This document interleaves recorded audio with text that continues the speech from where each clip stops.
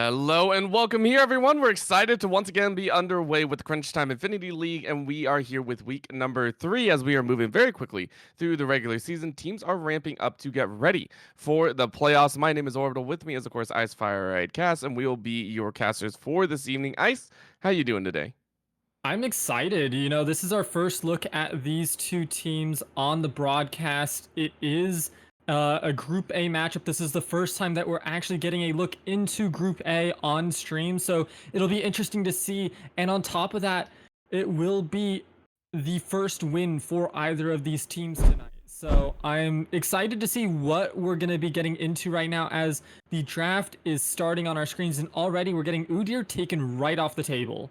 Got to take that one away. Don't want to give that one over at all. If you do, it's going to go right in the hands of McShoot, and, that's not going to have a good time. For Iridescent, Dawn, Neon, they are on the blue side to start things off. That's what they chose. Contingent Esports blue on that red. Now, keep in mind, currently, CEV, I believe, are sitting at an 0-2 record. IDN, of course, sitting at 0-1 because they had a bye earlier in the weeks.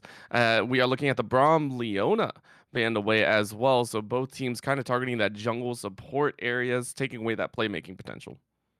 Yeah, I like that Leona ban. She's kind of that premier pick in the support right now, can do a little bit of everything, has great engage potential, has what I love to see, which is non-committal engage. You're not trying to throw your body on the line, as we're going to wait and see what that missed ban is going to be. I'm guessing it's a Hecarim based off of what it was at that last flick of a second, but we'll wait and see on that.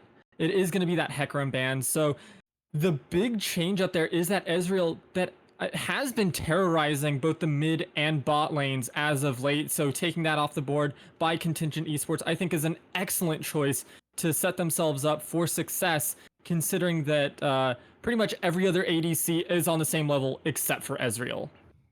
I mean, at the current moment, though, there are some very strong AP junglers currently in the meta. Karthus and Brand are very popular. Right now, the Lucian is also ramping up to be a huge damage dealer, but of course, that might go in the bottom lane as a Corki is locked in here. So, double ADC coming out for CEP. This is well known, well honed by a lot of teams. This could be looking at that Lilia, that Karthus inside of that jungle. For IDN, though, how do you want to pair things up? You're up against some pretty strong lane bullies if that Lucian is coming into play, and I mean, that's why you appropriately ban the Braum, but you need to grab your ADC here, figure out exactly where you're going to place him.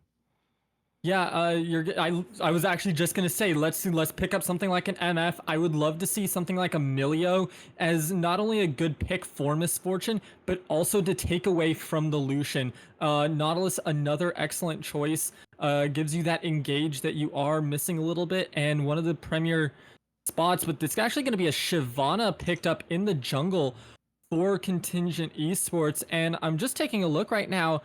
That is one of their most played picks, being Kindred, Kha'Zix, and then the Shyvana. So we don't see too much Shyvana.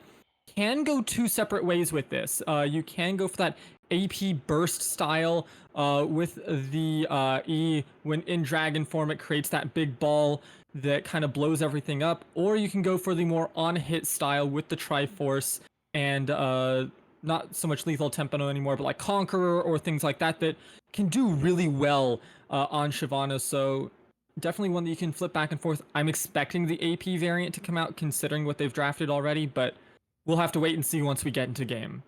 I mean, this is also, I believe Shyvana is starting to ramp back up into the meta, is being seen as a solo queue pick. I think we just heard that is going to be a Nami ban coming out of IDN saying, hey, we don't want to let that one through. Still targeting that support role because you have the Nautilus and that Misfortune. Top lane, though, heavily focused by CEB, which makes sense. You have counter pick. You can go ahead and do that if you so wish.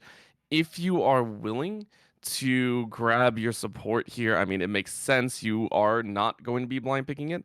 There is going to be the Cassante, though, saying, hey, we don't want to let that one through. That one's going to be a pain in the butt. So top lane, heavy focus. CEB are going to have their pick of the litter. Yeah, and I think with support, you're looking at something to shut down this MF.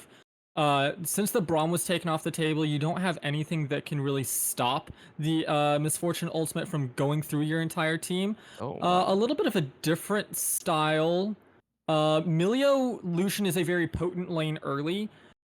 I worry a little bit, I won't lie, considering that it is a Misfortune Nautilus who can dish out damage, and you don't have engage in that lane versus something like the Nautilus. So the Dredge line if it connects onto Milio or Lucian, that's going to hurt, and it's gonna lead to a lot of damage with a potential follow-up from this Xin Zhao.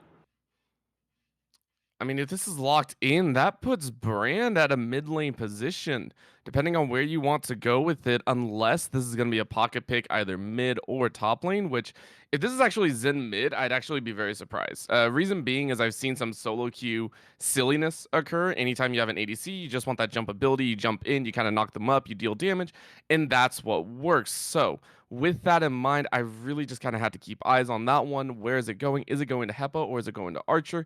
Both players can play it to, I think, a pretty exceptional value. I just think if you're looking at the brand of the Xin Zhao, depending on where you go, I think the Xin Zhao is going to have a much better time in that lane unless you're very confident that the brand can do a lot of damage from further away. Here comes that counter pick though. With the Ornn in the top lane, you can go for a lane bruiser.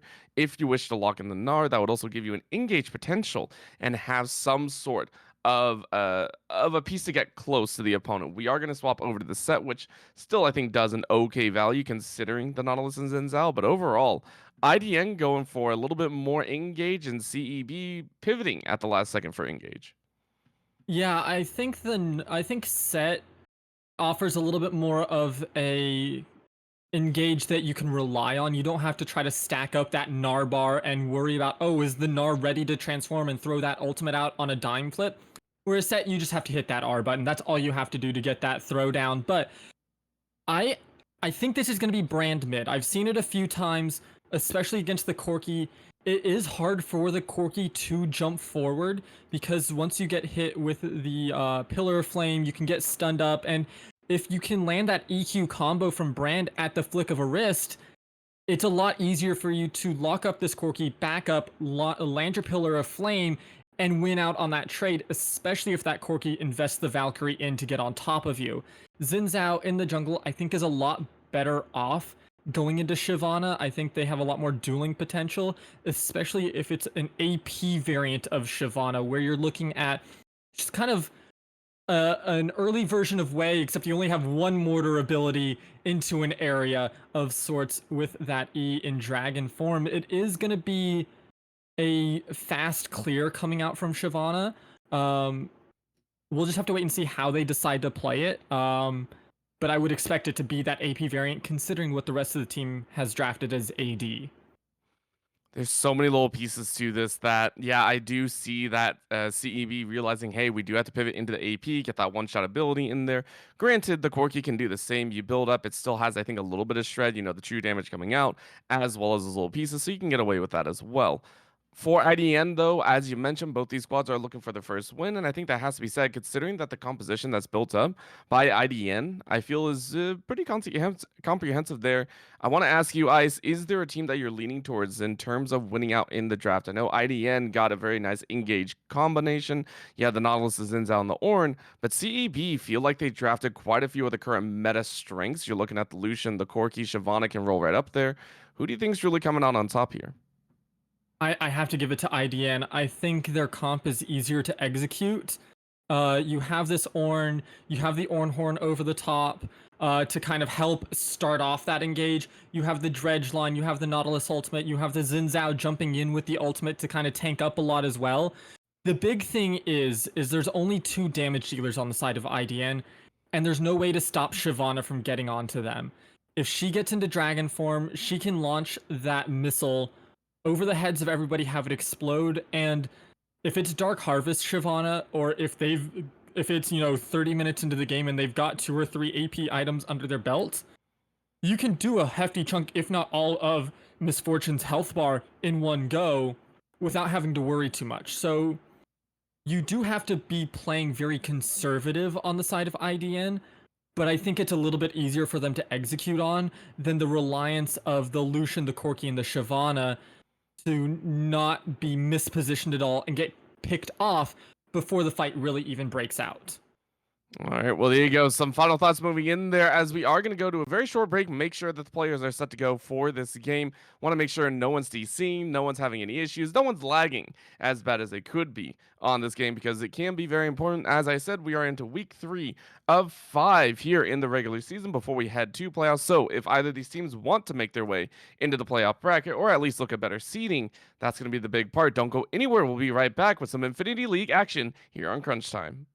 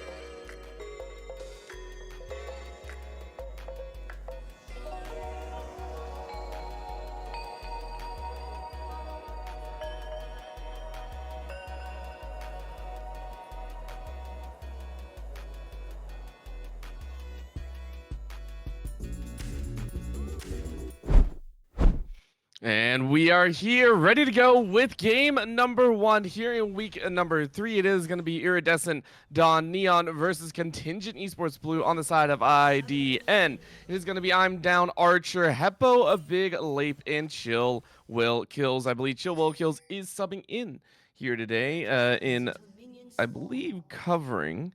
And I want to say that is going to be for Brain, who is normally at that support role. Yes, that is the case today. And then on the red side, we have Contingent Esports Blue with MasterGamer in the top side, McShootmz,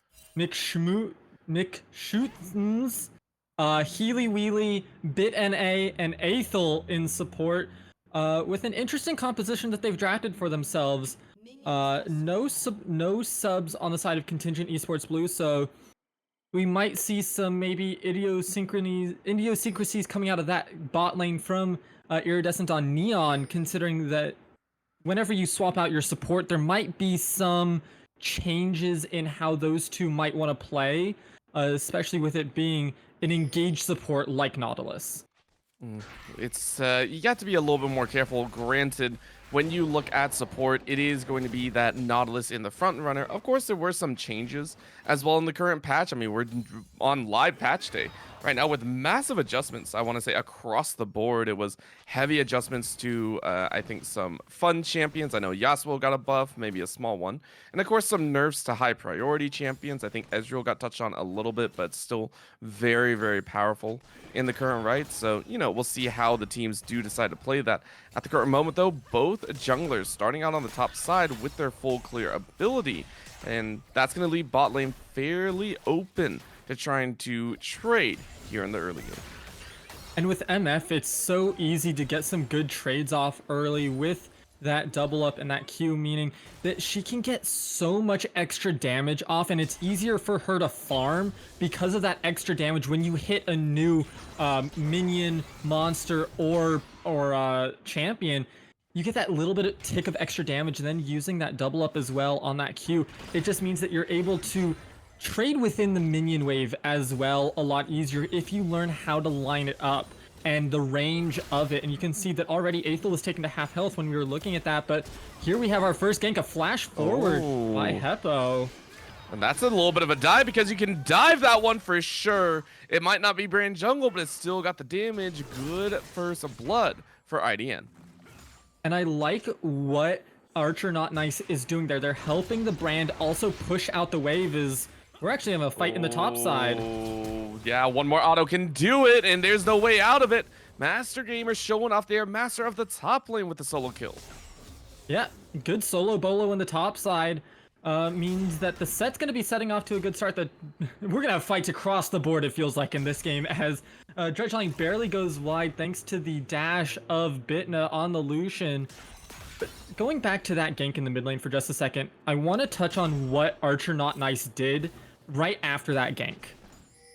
He immediately helped his mid laner push out that wave to potentially get a good backing for Heppo. Now Heppo, because of the TP from HeelyWheely, was not able to, and HeelyWheely immediately pushes the wave back, but then backs, and that's confusing, and I'm not going to step into that mess. But it allows Brand to get a better back off because you've now gained wave control over the mid lane, allowing for longer duration plays now to happen as well. So really nicely done between those two players to make that kind of play happen. I mean, they got to keep it up, though. Keep that in mind. That's step number one in this very long series, if they so wish. Both teams hunting for their first wins, and that draws into question, even if they get first bloods, we need to figure out exactly why they are currently sitting at the bottom of the rungs here in Group A. We need to see why they are not getting those wins, because with the early aggression, it might be pretty dang nice. Bottom side, though, a heavy wave got shoved up, so big LAPE and ChillWillKills are able to back, get a hefty farm section, and, Bits as well as Aethal will do the exact same. Difference being top lane still kind of duking it out, still having a lot of fun. MasterGamer, of course, eating a lot of damage here. Hasn't been able to recall just yet, so still kind of stuck on this kill plus CS. And until you recall, you're not really going to have that much more in the pocket, but I'm down. Actually eating a lot of damage right now, and about 50%, and MasterGamer is going to take that one to town. Yeah. It feels really good whenever you're Ornn that you can build items in lane, but whenever you take damage like that, having already died and used your TP, it makes it very difficult because you don't get like immediate health back or anything like that. It does take time still to regen until you hit that Warmog's mark, which is what a lot of Ornn players are going for right now, and a lot of tanks just in general. Is we're gonna have a slight skirmish here in the bot river. Archer Not Nice going on to McShootmz. That's going to be painful, and this is what I was talking about. I really like this Shyvana currently. It can be a very nice bully in the jungle if you get ahead. Now, granted, if everyone else invades, it's a whole different story. ChillWillKills and Big LAPE walking over ward, so it is seen that Dragon is started up. No problem there with the burn, with the extra help.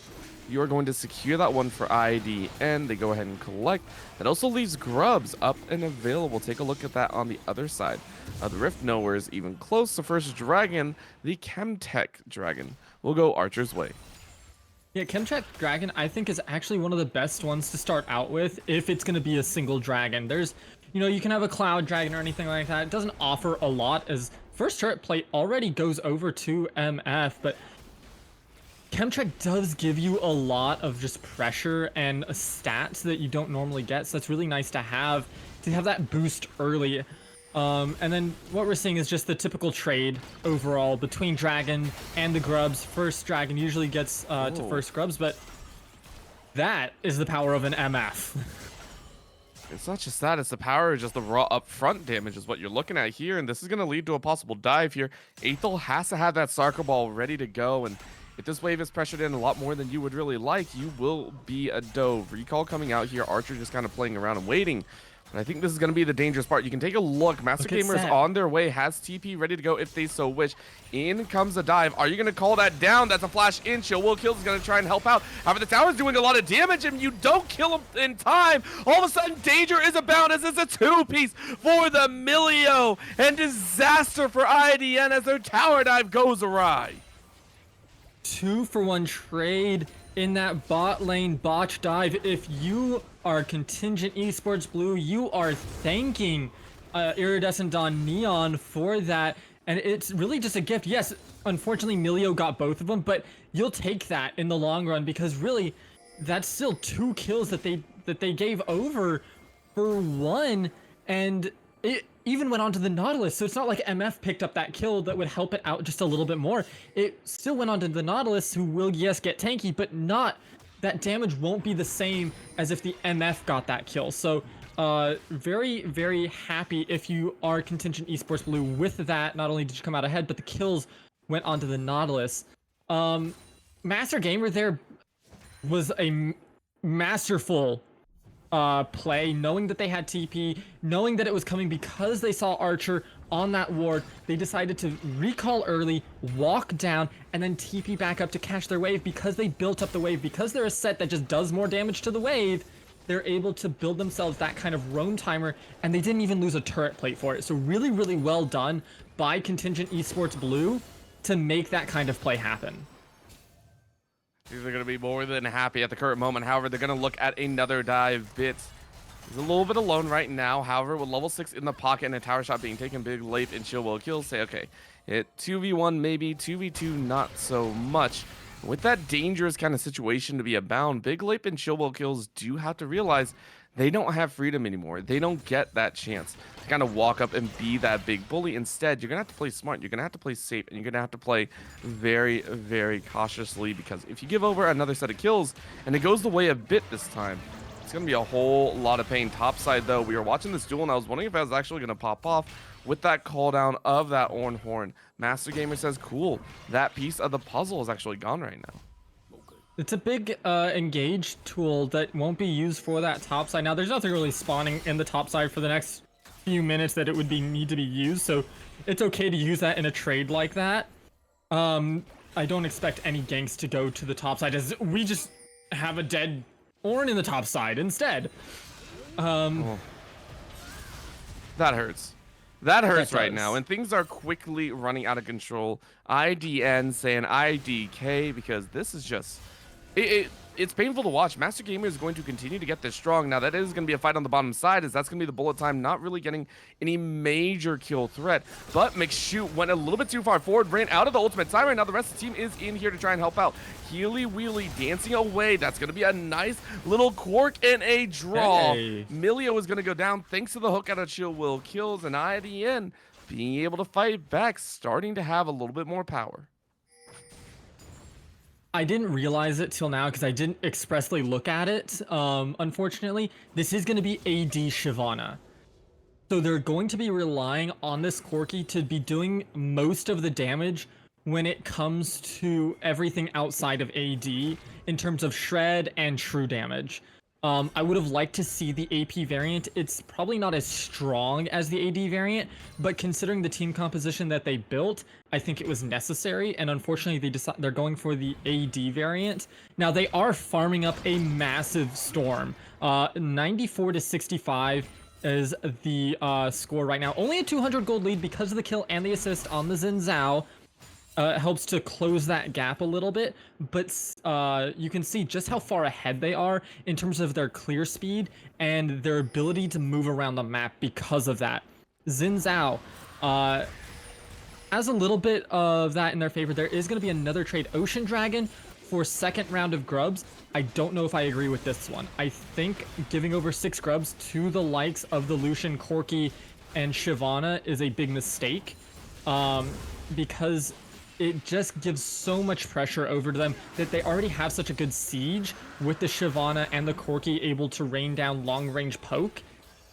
You're gonna struggle against all 6 once they come online.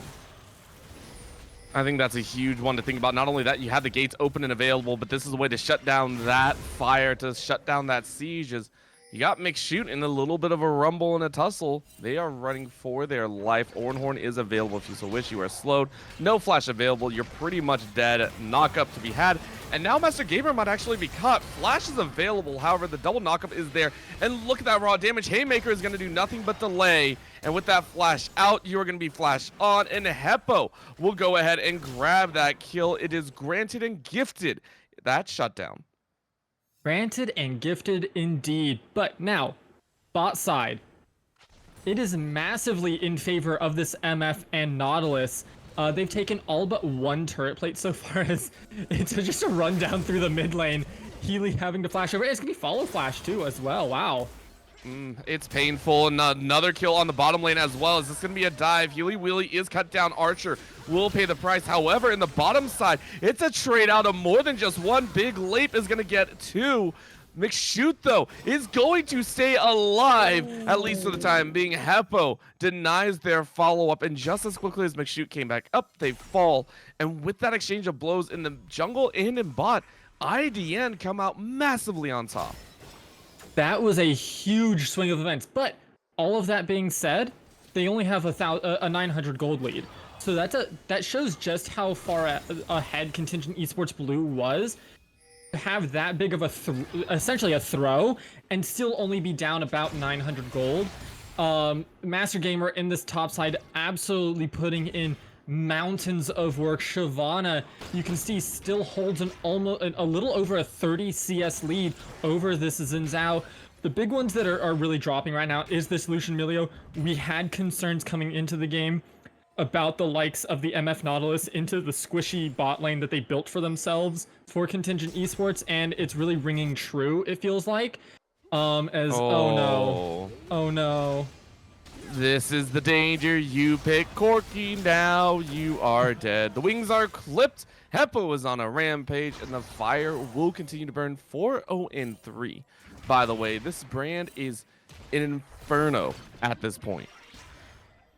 Yeah, unkillable, doing so much damage.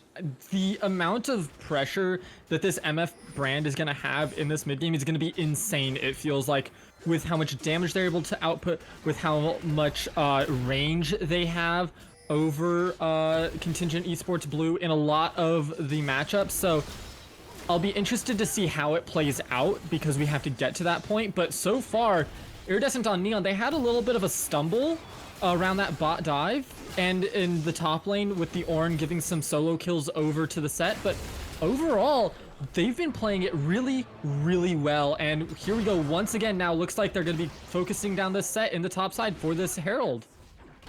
I mean, all you need to do is draw in a little bit more power. Heppo, though, realizing that this could be a little bit dangerous, gets a very nice pinch. No bounce of the Pyroclasm, though, so Heppo has to run away, but Archer is in here, can do some work. Crescent Guard is going to knock everyone away. MasterGamer, though, getting slowed on that top end. Heppo's actually going to walk forward, and you don't really have enough mana, but in comes I'm Down and saying, yo, I can help. Look at the damage. Look at me go. Oh. Bop goes the hammer, and the Blacksmith gets their revenge. Blacksmith gets their revenge, but unfortunately, look at the mid lane. Oh, that is heartbreak, as they actually lose out on first turret because Heppo took so long in the top side. They didn't get the Herald down. They didn't get first turret in the top or the bot. So that means mid lane gets first turret for Contingent Esports Blue. A little bit of a mix-up there by Iridescent Dawn, unfortunately means that a bit of gold being lost out there. Now, moving ahead, Top lane is down. That frees up this Ornn to start roaming. The set to start. The set now needs to stick up there, try to get that turret, or they need to rotate someone up there to split. I'm figuring set should be that split pusher around the map. It's gonna be up to Ornn now to work with this Nautilus, to work with this Xin Zhao, to start creating more plays around the map. They freed themselves up. They took that turret.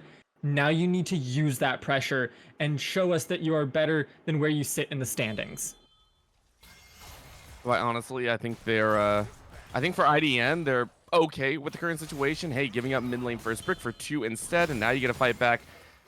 I think overall, that's the only thing that I would kind of disregard. However, I agree with you on the rest. We got to see what more they can do, right? Hey, you're at the bottom of the standing so far. This is looking messy, but it's good. I'm down, now in a tough position. McShoot has tried this before and actually lost out, but they're bringing 3 this time. Aethal is here as well, and I'm down this time. The Ornn cannot do anything, and you are brutalized on that lane. Mid lane is going to fall as well, though. This time in favor of IDN, and with that charge of the Herald behind, third dragon will go IDN's way, which in this current situation means that for CEB they have got to hard shove this tower. They really need to make use of the 6 goes they got, because this is sole point for the side of IDN. Oh And no! that's, Oh no! okay. What was that? We didn't see anything. Let's put it that way. We didn't see anything. Ignore the missing teleport from Heppo. Yeah. I'm sorry, we have to call that out. We saw that in real time come down. Oh my lord. Yeah, that was bad. I am a little bit surprised coming out from Contingent Esports Blue. Traditionally speaking, when you draft Shyvana, you focus dragons, and they've lost all 3 dragons. Kind of a little bit of an interesting take on that, only because whenever you do draft Shyvana, she has extra damage to dragons, so you're trying to get on dragons pre-6. You do your first clear, you're immediately heading for as soon as it spawns, you're on it type of situation. So very surprising there that they've elected to just say we don't need dragons. It is a Hex Tech soul. It's something that they're gonna need to prioritize from here on out. You don't want to hand that over for free, especially to someone like Misfortune, who can bully everybody with it. As they are gonna get the mid lane tier 2, so good job to them there. This MF has so much pressure. Has 2 items already completed, that Bloodthirster and Essence Reaver. That is a hefty pocketbook they have. This is why I was kind of saying, I think for IDN, they're more than okay giving up that first tower, because they're getting everything else at this point. They are looking so dang strong. They're going to follow up actually on another dive, and this is just going to be a blown Emilio. Yes, you get the bounce back, and HeelyWheely is able to find 1. However, that's really all it is. Bottom lane tower is going to fall here in a sec, thanks to a little bit of help. Took a couple tower shots, so you can't really stay around. That's not an AP. Actually, a little bit of it is. And now Big LAPE might be in a little bit of trouble behind, so nice little rain of the bullets to slow them all down, but this is the other side of it. As we were watching bot lane inside of the top side jungle, I'm down, says I'm down for a bullying. Bop almost gets the bop off. The rest of the team is here though, so MasterGamer gets out alive. MasterGamer gets out alive, and it is going to be an AP Shyvana very late on the pickup though. With that, going for the Spear of Shojin into Liandry's is definitely an interesting choice. I would have liked to see more burst coming out of the Shyvana. Because really, as AP Shyvana, you're using her E to dish out that damage, and if you're not really putting out a lot through that and you're looking for more burn, that means you're trying to play more through your W, and it just doesn't have the same effect as what you would want. Yes, you're going to be in the middle of it all, but you saw MF was able to get away there because of that, and instead of, if you had a little bit more burst up front, you would be doing a lot more damage. And she wouldn't be as healthy walking away, and maybe you pick up a kill or 2 on the back end of that last fight. I like the fact that someone's better call the fire department, someone better call the police, because things are getting out of hand. IDN are starting to get a little bit messy with this one. You can see a couple of the ornaments coming through as well. I'm down is pretty much robbing the bank with that. Gets that extra ornament in hand, ready to upgrade some others as you wish. But this is going to be the big play. 1.5 minutes left on this dragon spawn. And that's what you can see CEB are kind of posturing for. They're saying, okay, we got the damage a little bit. We can't get caught out. Once again, that's going to be the painful part. Big LAPE saying, yo, please, let's see what happens here. Let's go ahead and grab a little extra. But the Baron Ooh. is actually the cause. That's just a solo kill. We can't even show you that one. Heppo burns away at the brawler himself, and that's going to leave Baron high and dry. As IDN is going to take it, I'm down, just going to run interference because the shoot is on the bottom side. Baron's free. Yeah. The downside to this Baron is it is a little bit slower, considering MF doesn't get as much of that extra damage, but it doesn't matter. They have more than enough, and I don't even think they knew it was happening with how they were playing. There was no contest, no nothing. Shyvana just over there doing the blue. Now, this is going to be bot lane tower traded for it, which is fine. Coming out from Contingent Esports Blue. If you're Neon, you're happy with this. You're like, hey, we got Baron. We can pressure you even more now with this Baron. We can crack open your base. There is only one tier 2 left, and that is in the top side. Take that. You should be able to crack an inhib here. We have a soul fight on our hands in 3 seconds. You can see the battle lines have already been drawn, and there's no battle lines. Battle lines are when teams are even and they have to watch the... No, there is none. That battle line is literally just a reminder to IDN that, hey, maybe we wander into the opponent's side of the jungle.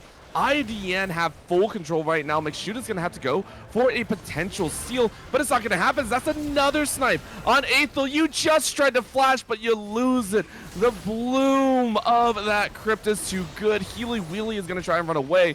The MasterGamer now into the mix says, hey, maybe I can get something, but there's no haymaker, and you are going to burn. What a showstopper, though, brings you right back into the mix. Heppo and Big LAPE, though, are still in the dangerous spot. McShoot is still burning them all away, but of course the damage is not as high as you would wish. Archer is going to try and take this one away. You just need a little bit more time to smite. Coming down to the last 15. That's smite it away. Archer gets soul, and that's dangerous as that's Hex Tech to be had. Such a powerful Drake in hand. Yes, this is enough time for Bit to come back in. However, the soul has been taken. The damage has been done, and CEB only pick up scraps at the end of the day. I'm speechless on how that happened. I thought MF was gonna die there at the in the middle of it. They were on a sliver of health. Lived, throws out the make it rain, dealing just enough to, I guess, help the Xin Zhao pick up that smite. And this is insane plays coming out from Neon there. That was a very close fight, and you can see Rabadon's death cap almost completed for this. Shyvana has the 2 rods. You'll need to talk to the shopkeeper of how 2 rods make a hat, because it still doesn't make sense to me. But however that works, she's building herself a hat to hopefully wear, maybe block out some of the eyesight of where it's going wrong, maybe get some instruction from the mystical gods to bring this game back, because they need something in order to get this game back on track for them for Contingent Esports Blue. I don't see it. Right now, at this point, you are just praying IDN wander in alone and afraid, one by one into your hands. If they don't, you're in for a world of pain. This is going to be a big chance, as right now we see the top lane currently being powered down. That's going to be the last one. MasterGamer taking about a 50% of their HP off the bucket, and you can see this drop of that fire. You can see that mid lane being pressured. I'm down, trying to force out this top side and get the last outer tower down.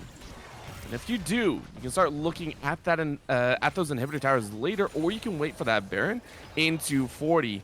Of course, Heppo is just like, I want to end the game here if I can get some catches and get some kills.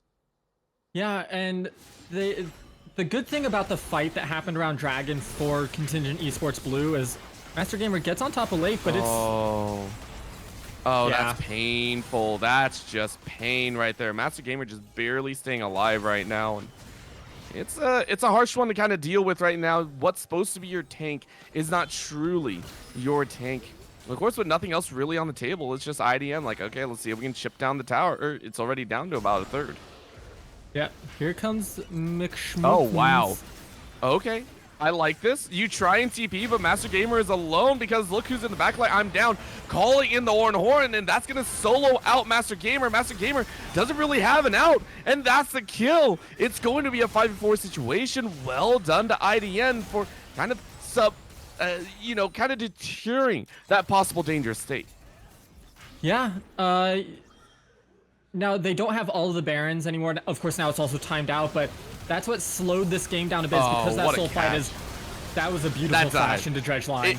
It's so good. ChillWillKills truly kills. And that's going to be Aethal to barely stay alive. But what a flash forward. Big Lake says, yo, watch me on the big highlight reel. Gimme that inhibitor. Gimme those wins. And right now, IDN are saying we are a brand new team. We're still fighting for our chance at victory. And we are going to look good while doing it. I'm down completely. Decimates HeelyWheely. Heppo is going to stay alive. MasterGamer comes up only to die once again. There is no chance in your back pocket to stay alive, and that will be the finish. It's an ace for IDN as they will take game number 1. In what was a slow but dominating fashion. Like, I wouldn't say they had it from start to finish. There was moments where Contingent Esports Blue had opportunities to take over and start to snowball the game in their favor. Unfortunately for them, this MF was just too big. Like, that with the late blooming of the Shyvana, unfortunately, I don't think they had enough AP to ever really burn through Ornn or get into that backline. They never had the opportunities that they looked for, and they just gave up too many dragons. And then it was too late at that point around Soul Drake. They had the opportunity in that fight. It just didn't go their way. The smite, I guess you could call it a steal. I don't really think it was, in a sense, from the Xin Zhao to secure that for their team. Just meant that was kind of the last nail in the coffin for Contingent Esports Blue to lose the game. Is there was just nothing they could do from that point forward. I love the fact that you pointed out that, yeah, that was like the one part that we were actually on the fence about. We saw a lot of low health members on IDM, but that was their only fault, was around that dragon. After that, it was all theirs. And at the end of the day, big shout out to Archer and Heppo. I know we have a lot of fans of Archer in there, but Heppo putting out the DPS on that brand, very, very powerful. Was able to use that brand as a flex. You mentioned it earlier. Being able to roll swap is great, and not just roll swap, but have the champion also be mixed up there helped a lot. And so for right now, CEB have to go back to the drawing board. And if they are to go back to the drawing board, what would you like them to change, Ice? What do you want to see change for CEB? They need to draft something a little bit more stable, in a sense. They had a good look. They had some good opportunities, but the comp came online too late. They could never get going in the bot lane because the MF Nautilus.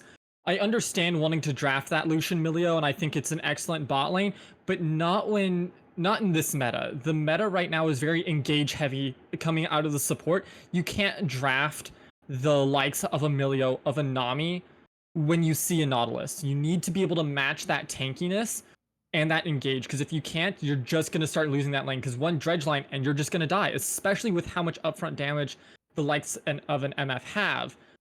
So maybe a little bit of engage tankiness coming out of that support, and a jungler that can actually match what they need to do and come on a little bit earlier. If you're looking for AP out of that role, I think the Shyvana was fine. Tweak the build, get more burst damage coming out of it early, and I think you can come online and start to dish out damage before that 30-minute mark, that 25-minute mark, whenever it was already too little too late. All right, well, there you go. Some wise words coming out of Ice. Let's see if the teams can put it into contention, or will CEB lose out on another series in their hopes at running to those playoffs in good standing. Don't go anywhere. The Infinity League for Crunch Time will be right back.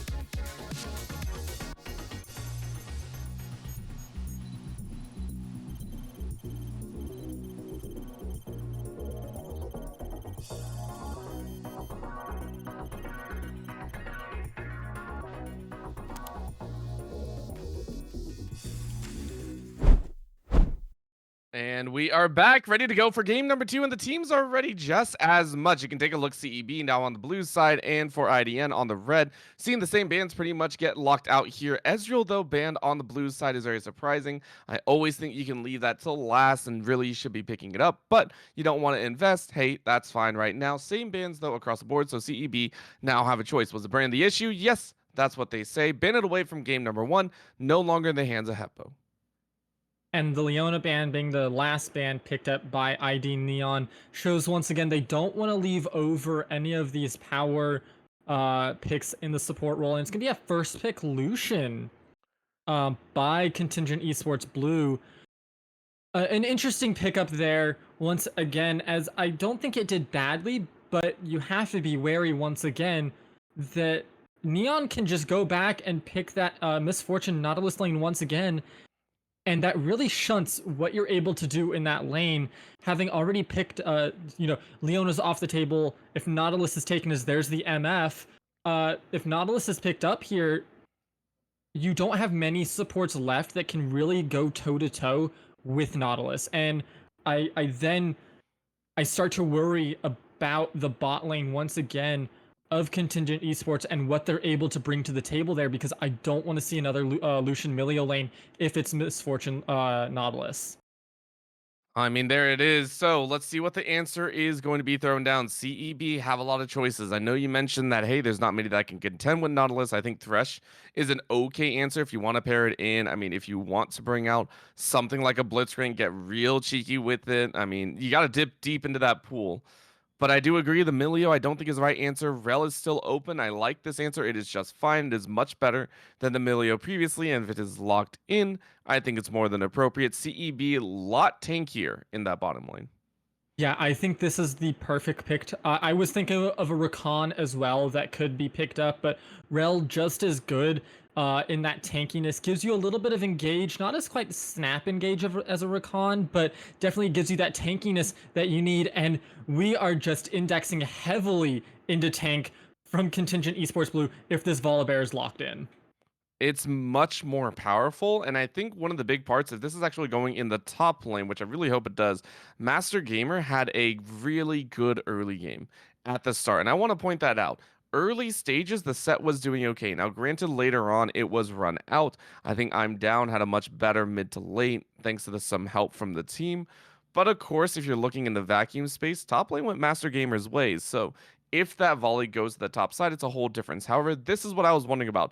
Lilia being locked in here, another AP jungle, may not be that aggressive Xin Zhao, but it is very powerful. I think in the current meta, the Lilting Lullaby, the speed at which you can ramp up that AP, it is dangerous, and I don't think CEB have an answer. No, most champions right now are going to struggle into what Lilia brings to the table, especially if you can get a 3-4-5 man sleep. You kind of shunted everything that CEB can do, and for the likes of the Volibear and the Rel, I worry about that engage potential now. But we're still waiting on two more picks coming out from CEB, and they have to be some really strong picks in the mid lane and in the jungle. You need to be aggressive into Lilia. You cannot just let her scale for free. You need to be in her face constantly and bullying her out of her jungle. And I did not see that coming out of the Shyvana, so we need to see a more aggressive jungle pick coming out, and that Zyra was a perfect ban. Denies a lot of what IDM were hoping to go for. And you know what? Got to take it away. I understand that CEB might not play it, but hey, can't really deal with that one. Right now, IDN have their pick of the litter. If they want to match that Volibear somewhere, if they're assuming it goes to the top lane, hey, go ahead, bring out that Ornn once again. Just go with the safe lane matchup and then save your mid pick for last because Lucian can technically still go mid as well. But it depends where IDN wish to go. I think the Ornn was honestly really good Yeah. last game. That's mainly why I'm saying it. But you go for a little bit more aggressive, which I like. You are going to go for the Renekton, kind of put the ball back into MasterGamer's court and say, hey, I'm bringing out an early game. Let's go early game. Yeah, I mean, Renekton, I'm a little shocked by it considering how well the Ornn did. And whenever I think of something, Ornn to Renekton is a big swap. because Renekton is a lot more aggressive. You want to be in the face more. You really want to get and skirmish early. As it's actually be Ornn on the other side of the rift this time, and it's gonna be a Veigar in the mid lane. So pulling out the baby cage and trying to lock everybody up, and infinite scaling as well. So I mean, I like it. I worry about the potential it brings just because it's one of these later scaling champions once again that we saw if you give IDN time to scale, they can easily take over a game. The other scary thing is right now mages are not exactly the strongest in the current meta. There's been a lot of changes recently, but if you are going to go for one, it's going to go for one that has a little bit more attack speed in the back pocket. You go ahead, go for that ramp up of your own, and we know Azir loves to get brutal with it. Even with the cage down, you can still shuffle around it if you can. Overall, IDN drafting a fairly standard composition, a little bit more in the early game index, but CEB banking on that late game again. And I feel like they're falling into that same pattern that we saw in game number one. We mentioned how in game one, CEB, their composition didn't really come online as quickly as they would like, even though they were matching kills up to a certain moment. Yet they're still going for that scaling with the Veigar in the mid lane. Yeah, Azir, I think, is one of the few mages, like you mentioned, with the attack speed that can still hold their own against a lot of what the opposing side of the mid can do with the ADCs, with these attack speed mages. Um, SUP is another one that comes to mind that's actually really good right now, is kind of an underdog from what I've seen pop up. But with this Azir, I think you get a lot more potential for engage coming out and a lot more of a stifle of what CEB are trying to do. Because anytime Volibear or Rel try to go in, if Azir's there, that is an easy I'm just going to keep you at distance. I'm going to push you away with my sand soldiers, and then I'm just going to wail on you from the other side of this safety net. So it's something to keep in mind. And I will have to say, though, that IDN with this Renekton, I want to touch on the Renekton just a little bit. Mm. In these mid to late games fights, it's not as easy to execute as Ornn. You have to now find some creative flanks, some side swipes, something to get onto this Lucian, to get onto this Veigar before they realize what's going on, before this Volibear or the baby cage can stop you, because as soon as that happens, you're just a sitting duck. Even with Dominus, you will still get blown up if you aren't careful. So that is something to keep in mind. I think that's a really good one to point out because IDN, remember, for this top lane, they were the ones that were actually behind. It wasn't until the likes of Archer and Heppo came up top with a plethora of kills in their back pocket that we actually saw the Ornn have a little bit better time. So pointing out that for the Renekton, for I'm down, you have to be a little bit more aware of your surroundings. I think that's going to be a big play factor. Main thing for me, though, is watching that bottom lane. I want to see a big shift. We're looking at Bit and Aethal. And, they had a rough game number one. How do you think it's going to play out here against the Misfortune Nautilus? Because we've seen it before, but for them, the Rel, it may or may not be that game changing piece of the puzzle. I think that they have a better piece to the puzzle. Um, I don't know how well it's gonna do yet. I was not a fan of the Milio. I think they played really timid in lane, and it's because of the power that Misfortune and Nautilus bring to the table. Rel can get very, very tanky, but it's also easy to push her out of lane if she missteps. If she uses that crash down aggressively and it misses, if it doesn't land, and I'm not talking about blowing a flash. That's fine if you blow the flash with the crash down. That's great. We love that. But it's when it whiffs entirely and they can just immediately pivot on a dime, turn around and start wailing on you with that dredge line to lock you down. Or, hey, Crashdown comes in, but your Lucian missteps. Now we're just going to start wailing on your Lucian because there's really nothing that you can then bring to the table after that stun out of your queue. So there's these moments that you really have to look at the nuances of the lane and understand that they had to play very timid in game one. That could very easily dribble over into game two, especially in the early stages when you're not still used to playing now a slightly more aggressive matchup with this Lucian Rel. Such a dangerous thing to think about. If that Rel plays one step wrong, it can be the disaster factor. And also for CEB in general, we need to be on course for them. They need to all be on the same factor. I want to point out one of the moments that really stuck out to me is MasterGamer in almost a desperate move in that last game, TP'd in behind, and yet no one else seemed ready to follow up, especially with I think it was I'm down kind of getting into the mix.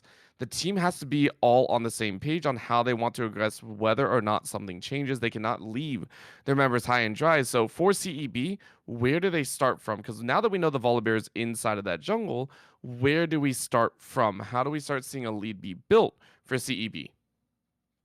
It's gonna have to come out of the mid or the bot lane. Ornn getting a lead is not as impactful as a Veigar, as a Lucian getting a lead. Once Volibear hits 6, we need to see an impactful tower dive with that ultimate very soon after. You need to get onto one of these champions, onto the Azir, onto the Misfortune, and really start to bully them out of lane. It is going to be a lot harder for the Veigar to do so, so it's probably going to have to happen around this Lucian, but that's going to require them to step up into lane and not make any mistakes. That's where the problems lie. It's not an easy setup for them. Once again, they've drafted themselves into a composition that is not great early, especially into what IDN have drafted for themselves. Alrighty. Well, some thoughts moving in. That's going to be the whole question. And finally, I want to ask you, where do IDN get their lead? I mean, the Lilia we haven't touched on too much, but it feels like IDN kind of had their pick of the litter. Where would you prefer to see the early aggression go down from Archer? Where would you like to see them go first in this matchup? I want to see them on this Renekton. I want to see them getting this Renekton ahead. We saw the MF do well against the Lucian Milio, and I wouldn't be upset to see them kind of ignore that lane a bit.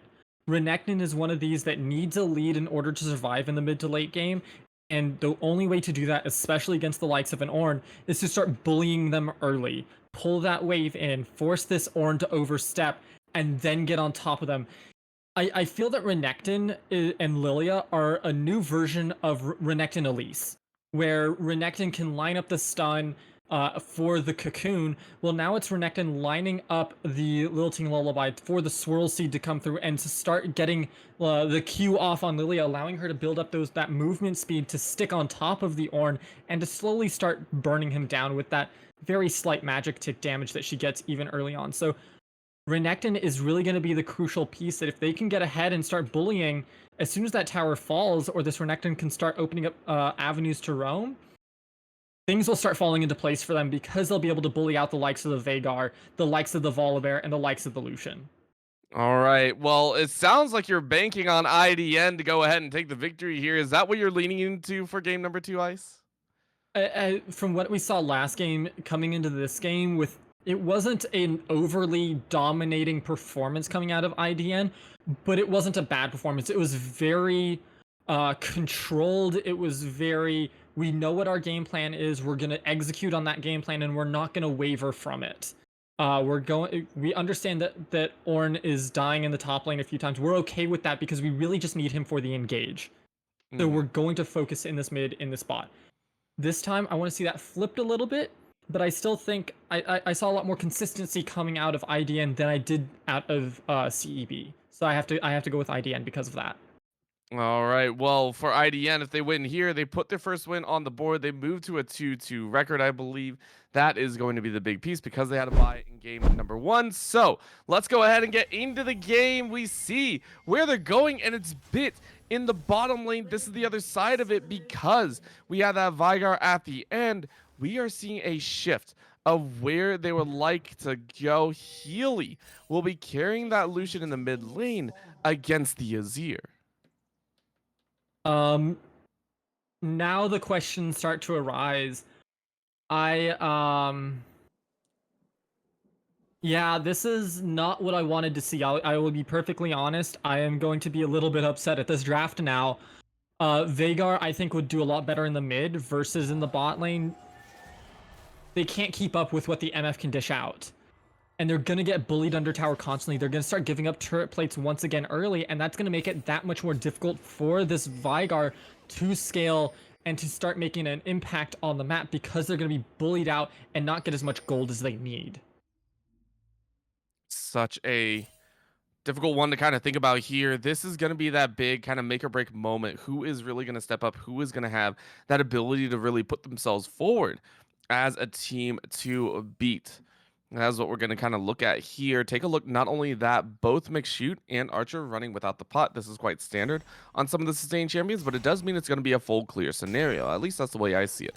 Go ahead and full clear, go ahead and see what they can get and how much they can get as well. There's that double up bounce that you were talking about, or at least the ricochet shot. It's already starting early. Big LAPE playing this one quite well. What a drag as well. Level 1 behind means that this is going to be a trade out of damage. And of course, Big LAPE is more than okay with this because you burn Aethal's potion. You're also looking to try and get Bit a little bit further down. Yeah, and you can see it was one of those ricochets that already chunked Bitna to 75% of their health bar with one shot. That's the power that MF brings to the table right now that is, I think, a little bit disrespected by picking this Veigar into the bot lane. Now, Healy being aggressive in the jungle, I don't mind this. They can easily get a push onto this Azir early, and it allows them to be aggressive. Tracking Lilia is going to be super important. It's all in what you do with that information now. You know that they're headed bot side. What do you do with this? I think you just play it smart. Of course, Big LAPE might be meeting that destructive point of their own. You can see a little bit of a vibe as Big LAPE gets electrified. McShoot running interference, but in comes Archer. If you can turn this around, that would be great. Great damage go down. McShoot is actually in a dangerous spot, but now a Root turns Aethal into a dangerous spot of their own in its first blood. What a great chance. And honestly, McShoot, you tried your best. That's a slap on the back of the head. No burn to really fully come through, and I think McShoot is barely going to live. Big LAPE, though, survives along with ChillWillKills in its first blood to IDN. First blood to IDN in what was a very scrappy back and forth fight, and I'm very, very, very concerned now with this Veigar. They're not outputting damage. It's an early game Veigar. They don't have damage, and we can see the difference that that makes in these early game skirmishes. If that was the Lucian in the bot side, I think that Big LAPE or ChillWill does go down. I don't think it goes to the side of IDN there, so unfortunately is... Hello. I said this earlier. MasterGamer had a pretty good sign in that phase, in the early phase, in the 1v1s. Pretty much dominated at the start. Now, the implications are, of course, a lot different. I'm Down is stuck in a situation where they're not down with this. You lose out in the early game as a Renekton, and just like you said, things can go awry. Things can go awry very, very quickly. I'm just still kind of shaken by that Veigar in the bot lane, just not able to do anything. It's quite interesting that they decided to go for this route considering what happened last game, and then kind of leaving them on a mountain of all on their own down in the bot side. It felt like Rel walking up into the mid lane early, trying to make a play onto Heppo, knowing that they can't play around this Veigar early now. They're trying to make plays elsewhere on the map because any play around this Veigar isn't going to work in their favor with the MF ahead, with this Lilia playing around this early, and with this Nautilus just that much more potent in this lane right now. I gotta agree with you that one. It's gonna be a long and arduous journey for Bit and Aethal, which once again gives a way easier dragon to take this time. IDN, remember last time, they took it at about 6 minutes, 20 seconds or so. Full minute earlier, which means that they can actually contest on these grubs as well. And I think Archer might look at that one, dance in the mid lane as well, and then look at those grubs, deny McShoot a chance at a really proper take on these objectives. Like, this is a really okay start, and even though with First Blood, yes, the gold leans into CEB's favor. I mean, they're matching with only 100 gold difference. It's still a difficult one to kind of watch for. However, I'm Down, stepping up, looking to get a little extra damage. That's going to be the double dash here. MasterGamer realizing that, hey, things are a little bit different here. I'm Down, though, at level 6 versus 2 level 5s. As a Renekton, feels very strong. There's going to be the Ornhorn, though. No flash available. You don't dash away in time, but the Dominus is going to be more than up and available. You're going to dash away, though. No chance at the Q. You get the heal off, but the final bot by MasterGamer will take your life. And honestly, I'm Down. Play that about as well as they could have. Yeah, I think that they needed... It comes down to game sense whenever you see those kinds of situations where Why is MasterGamer trading so heavily or ignoring me and walking to Pixel Brush? That's obviously not the way to go to safety. They're not using any of their spells or anything. What's going on? I need to pull out at that point. But kind of a little bit of that bloodlust of that I need to come back in this lane. I've already got solo killed one, or I almost got solo killed once here. Led them into that trap with McShootmz there to get that kill. So unfortunate for I'm down, but it's not the end of the world just yet.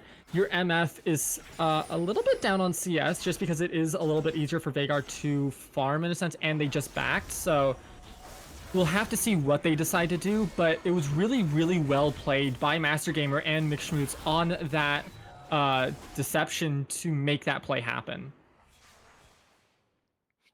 I mean, there's so many little things that we got to watch for here. I like this call by ChillWillKills, though. If you flash over the wall, you can get a little bit of silliness here. Heppo might be trying to bait out here, but ChillWillKills saying, okay, maybe I can't do this one, especially with Archer standing directly on top of a fresh ward.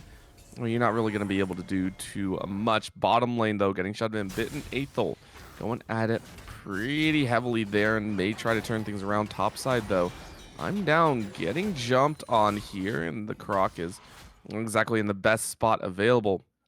So overall, difference of, opinion on who's coming out on top, but nothing can be said about the fact that McShoot went in, invaded, and took quite a few camps for themselves, now with a 2-camp lead over Archer. And I want to take a look at the itemization of Ornn right now. They've built two very important components to deal with the Renekton. They have the Bramble Vest and they have the Bomby Cinder, so they're able to get wave clear and they're able to trade back effectively against the likes of a Renekton. Now, the next step for them should be to build that Warmogs and to get that health regen from that item. You have the heal cut, you have the wave clear. Now you just need the health to back it up. As that one here. Oh, wow, and a flash over the wall. I kind of expected this to come out here, but Heppo said, I'm more than okay. Didn't have to burn the flash, is safe, and HeelyWheely loses theirs. Yeah, and I don't think that was a bad play coming out from HeelyWheely. They're looking to force something because they know about how last game went and how they just couldn't do anything on that ADC.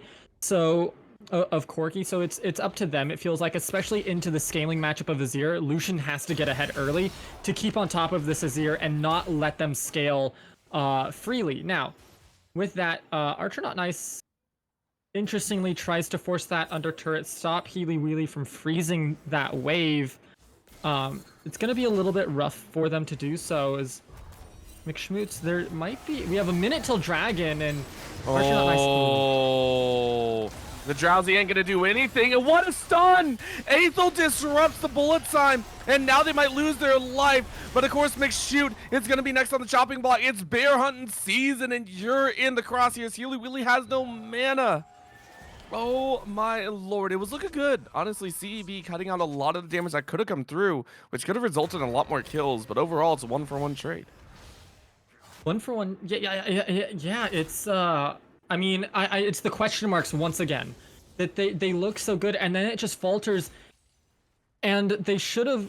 It feels like there's a miscommunication happening in the team, is almost what I have to bring this down to, because once again, there's just bigger rotations coming out from Iridescent on Neon that are not coming out from Contingent Esports Blue. Now, this is a good gank here by Aethal to try to make something happen in the mid.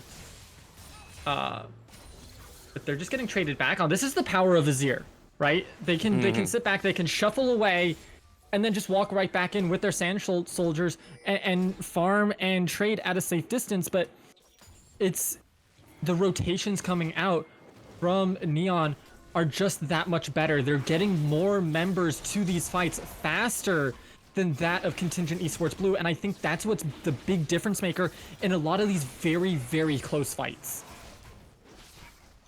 As close as can be, everyone kind of grasping at straws here to try and get a lead and such. You can see the gold shifting very, very heavily as the bot side is in a dangerous spot. Big LAPE is pretty much dead in the water, and we didn't even talk about that one because Dragon was being taken. So you sacrifice the life of your ADC, who has not bought for a pretty long time, went back and spent, I think it was like 2.3k or some, It's a lot. Granted, though, you lose your life, a bit is allowed to kill, and all of a sudden you're farming that phenomenal evil, and things can look a little bit dangerous. However, Dragon taken as well as these grubs, so for CEB, they're lost without a paddle, because you don't get that 6 grub push that you had in game number 1. That could have turned things around. And now with that, it's going to be 3-3 on these grubs, and we might have a top 5 coming through. Ornhorn gets called out to dissuade it early. Oh, it's just that easy. It's just that easy, and now you set him up for death. Rest of the team coming in here. Slice and Dice is good. You use the Dominus to stay alive, and I'm down is more than healthy. Keep in mind, though, bot lane is going to fall as well, or at least get a little bit more DPS down. No chance to fall because we're only about 12.5 minutes in. Main difference, though, Big LAPE not allowed to play the game as nicely as they would like. Kind of relegated to their tower all the way back in the inner. And oh boy. That's a...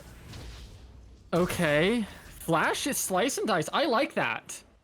I mean, you get really close, but I don't think Bitna's going to die, and now I'm down doesn't have anything. That's going to be a little bit of Primordial Burst behind, and I'm down is pretty much caught in the water, gets a Q off, but look at Heely. Heely is healed to take over. Oof. And I just... That was over aggressive by a mile by I'm down. I thought that they were going to be able to catch them, but unfortunately the Slice and Dice not giving quite enough distance to get that stun off. I think if they get that kill, it's really nicely done, but because that doesn't come through, that means that unfortunately it's another kill going over to Contingent Esports Blue. I'm down using that TP. Now there's no cover in the top side, allowing Ornn to get even more scaling off, and unfortunately, once again, Boris strikes. And we get a completed Sunfire Cape before anything else, which is just highly inefficient in my opinion. It's the gold efficiency isn't there. You don't get everything out of it, and I think a Warmogs would be so much better. And that's now a dead Ornn because of not because of that, but just all around. Not just that, you went for the Bramble as well. This is an armor heavy Ornn with against a double AP that both shred extremely well. I would agree. That Warmogs would have been a much better solution. However, because you have lost out on your top lane, that means IDN get free control over this Herald if you so wish, which could easily swing the gold back in your favor. Keep in mind, this like 600, 700 gold difference really is already covered by the fact that 2 dragons went IDN's way, and they're now grabbing this Herald. It's pretty much dead even. There is no difference there. This is IDN playing their gameplay exceptionally well. Now, of course, on the bot side, we're seeing a little bit of a difference as a bit so far has been able to keep even on the CS differential and has been powering up quite nicely. They've been playing around Bitna a lot more this game and making sure that they don't have those situations where they get shoved under turret for free and this MF can't do anything. So a lot better than I expected coming into this game, though there are still question marks if later on they can still keep this up without the sustained damage of an ADC. Yes, they have Lucian in the mid, but it's very short range compared to what ID have drafted for themselves on the opposing side of the rift, so that is something to keep in mind. With this Herald, I want to see them crack this mid lane open and start to open up the map. I think that's the big point that they can really utilize in their favor and allow them to generate, because when you crack open that mid lane, right, that mid lane turret goes down, that opens up both sides of the jungle for you to walk through and for you to drop wards into and start to track the enemy team on their rotations. That's why mid tower first and second are so crucial to closing out a game and getting into the mid game with an effective stance on the map.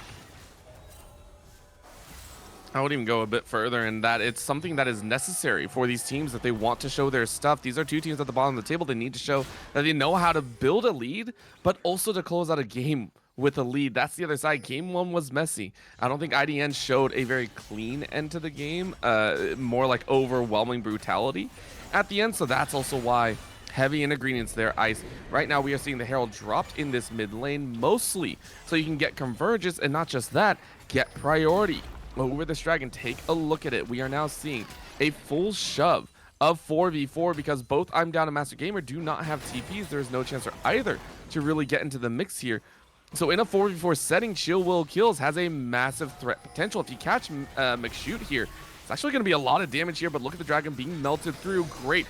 Double swirl. That's going to be a very nice ultimate, but McShoot has to drop into the bear form to try and stay alive. Look who's in the back line, though. Danger for Aethal, but ChillWillKills is going to go down and straight to supports. And look at the shove! Go ahead and get 2, but the burn damage is not going to be enough because HeelyWheely and McShoot are doing all the DPS. Out goes Archer, though, as the burn is enough. What another seedling! You catch him off, and Archer is just swinging for the fences. The hammer comes down, the stick beats them all, and Archer comes out alive 4-1-1.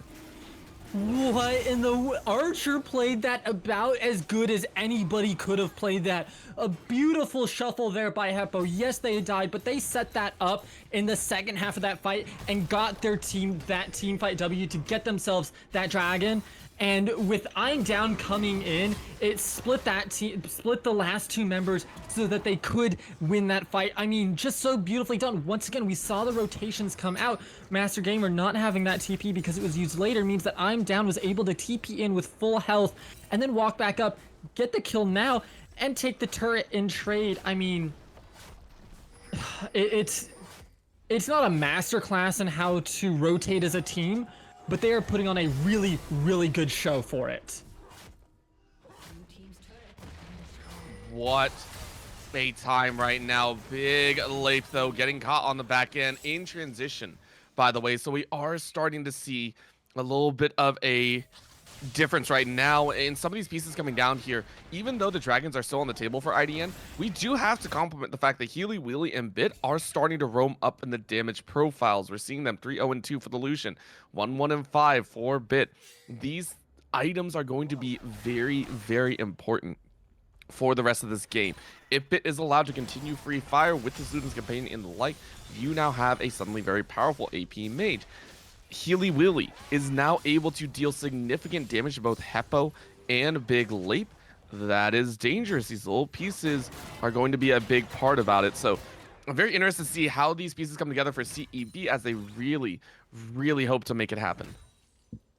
And we're starting... We haven't seen a full 5v5 yet, but with these item completions coming through, it's concerning because there's very little MR on the side of CEB. It's only the Volibear who has picked up anything.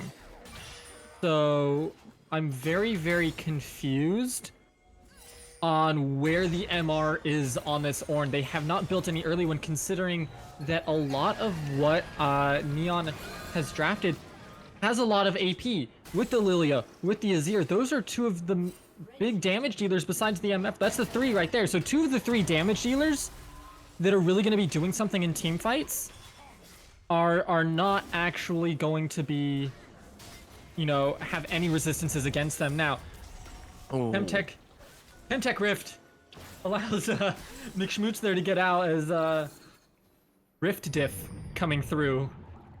And the Baron swirls up to the Baron pit, takes their home for the next few minutes until someone decides to slay them very rudely in their home, I might add.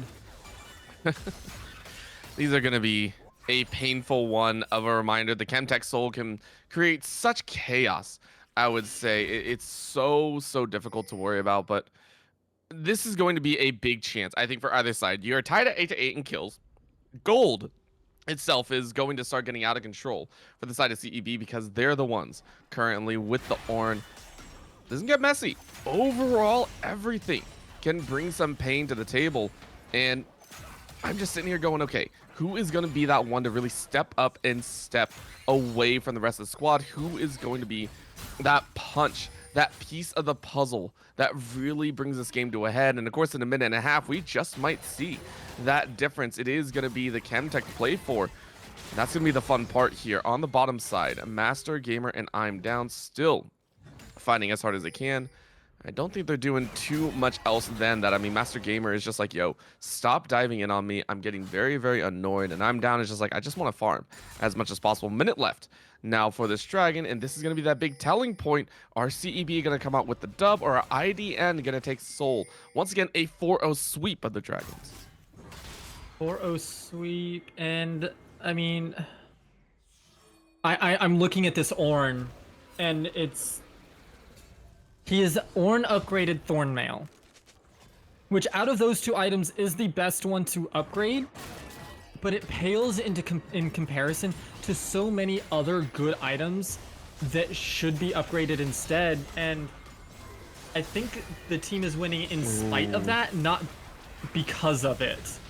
Of course, the difference here is it's a whole different ball game. Mixture coming in here as Archer's able to flash away, and with the shove, you collapse in. Heppo, and I'm down. Say I'm down for the battle, and it's an annihilation of CEB. No contingency plan available as McShoot realizes their teammates are all dead.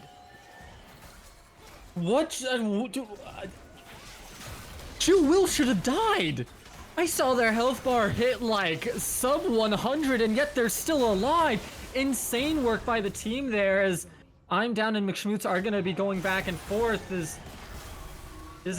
I'm Down is quite low, and I don't think is gonna live through this. No, shouldn't, as the wailing paws of the Volibear come through. But that's 4 Barons for the likes of ID Neon. Now, because of timing, they don't get Dragon. Dragon Soul will continue on for a little bit longer before we get it. There's one more Dragon that is an extra 5 minutes for Contingent Esports Blue to come up with some sort of a game plan to handle Heppo, to handle Archer, to handle Big LAPE, because when Heppo gets that shuffle to toss back 3 and 4 members of your team, that then allow Archer to get a massive amount of damage off of with the Q, like, it's just insane what they're pulling off with these 3 members, that I didn't expect that fight to go that way that convincingly. But now they have Baron. They now need to turn on the Jets. They've been on the back foot for most of this game, it feels like, in terms of the tempo and how they've been playing it. It is now their time to start saying, hey, no, this is our game.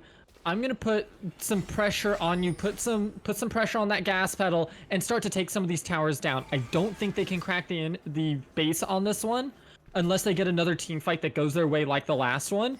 But they can at least start to get these tier 1s down, and maybe a tier 2 down as well. But we'll just have to wait and see, as so far they're focusing in this mid lane to knock this one down first, which is a great stepping stone. I mean, it's a little piece of the pie, it's a little piece of the puzzle, it's a little piece of everything, as I'm Down takes a little piece of the bottom lane tower. I'm Down, who has so far only been 3-3-3, getting out-dueled by McShoot earlier, is on a warpath right now, just trying to gain back some gold, trying to be that split push threat that you really hope the Renekton can be. As we are reaching into that mid-game, you mentioned the Renekton tends to fall off at this time, and I'm Down kind of realizes that. So you go ahead and place them in the side lane, hope to everything that HeelyWheely doesn't annihilate them, and then work from there. Take a look at this, though. We are seeing a very fast Archer chase into that mid lane. Double AP able to take away that tower, and now you get a drop that is Azir tower instead. Set yourselves up for a pretty solid mid lane siege, especially with this tower available. What a knock up, though. MasterGamer getting a chance. It's gonna be a draw forward. Aethal with a great Magnet Storm, and it looks like you got the damage. What a double kill coming out of Bit, and now you get ChillWillKills as well. The cage denies you going any further, and Bit is able to grab a triple. The tiny Master Evil reigns supreme. What a fight. That was on the back of Aethal right there, getting that flash Magnet Storm over that wall there. Beautifully done, beautifully set up. And now they get to march down mid. They don't have a minion wave anymore, so they only get that 1 tower, but that's the start they needed to try to wrest back control of this game. They have about a 1.2, 1.3 thousand gold lead, and it's something to get them going, but it is not game breaking. It doesn't blow the game wide open by any means. This is still a 2-horse race with both of them able to win it out, and it will be down to several more team fights before we find out the victor in this race. But the first one, I think, is going to happen around this dragon for Soul in about 2 minutes time. The timers are desynced, about 30 seconds between the two, and that means there is opportunities to potentially contest one and take the other, or trade them depending on what the teams want to do. But if I'm Contingent Esports Blue, I'm going for that dragon. I think they're just going to go for everything at this point. I don't see any problem going for the dragon. Your composition is now coming online, and the timer has already worn down. I'm loving what I'm seeing here. Now, the other question is, how do they actually go about this? You have a minute and a half to still work your way. Bit has now bought up and is massive, 2.5 items, technically 3, if you consider the fact that Bit had to diverge both into a Seeker's Arm Guard and a Blighting Jewel. You go ahead and say that's pretty much a completed item in its back pocket already. So, with this being said, Bit is now the dangerous factor. Yes, Heppo had to go for that Void Staff, but you're still pretty strong in your own right as well. These little pieces are starting to come together in the fact that both teams now have desired targets to take out before a fight starts. And we can see how those teams want to get them. We can see that if Heppo, if Archer, and if Big LAPE, if they get jumped on by a Magnet Storm, that, like the one that just happened with Aethal, they kind of just collapse because there's no damage coming out from them. If Bitna can get a beautiful cage off, or if McShootmz can get a cheeky stun by running up on someone when they're not paying attention or something, those are some options for them. But on the side of Iridescent on Neon, Heppo getting one of these throwbacks with the Shurima Shuffle, I think is the way to go for them, as Archer is just dead. Archer's got no way out, and that hurts. You are just dead in the water. This is a squishy moment for yourselves, and IDN are starting to lose a little bit of their control, or actually the little control they had left. Dragon is now going to be taken, and it's going to be a simple one at that. MasterGamer are going to go ahead and get their 3rd ornament down. Already, I am seeing a Game 3 on the rise, and I'm sure CEB see the same.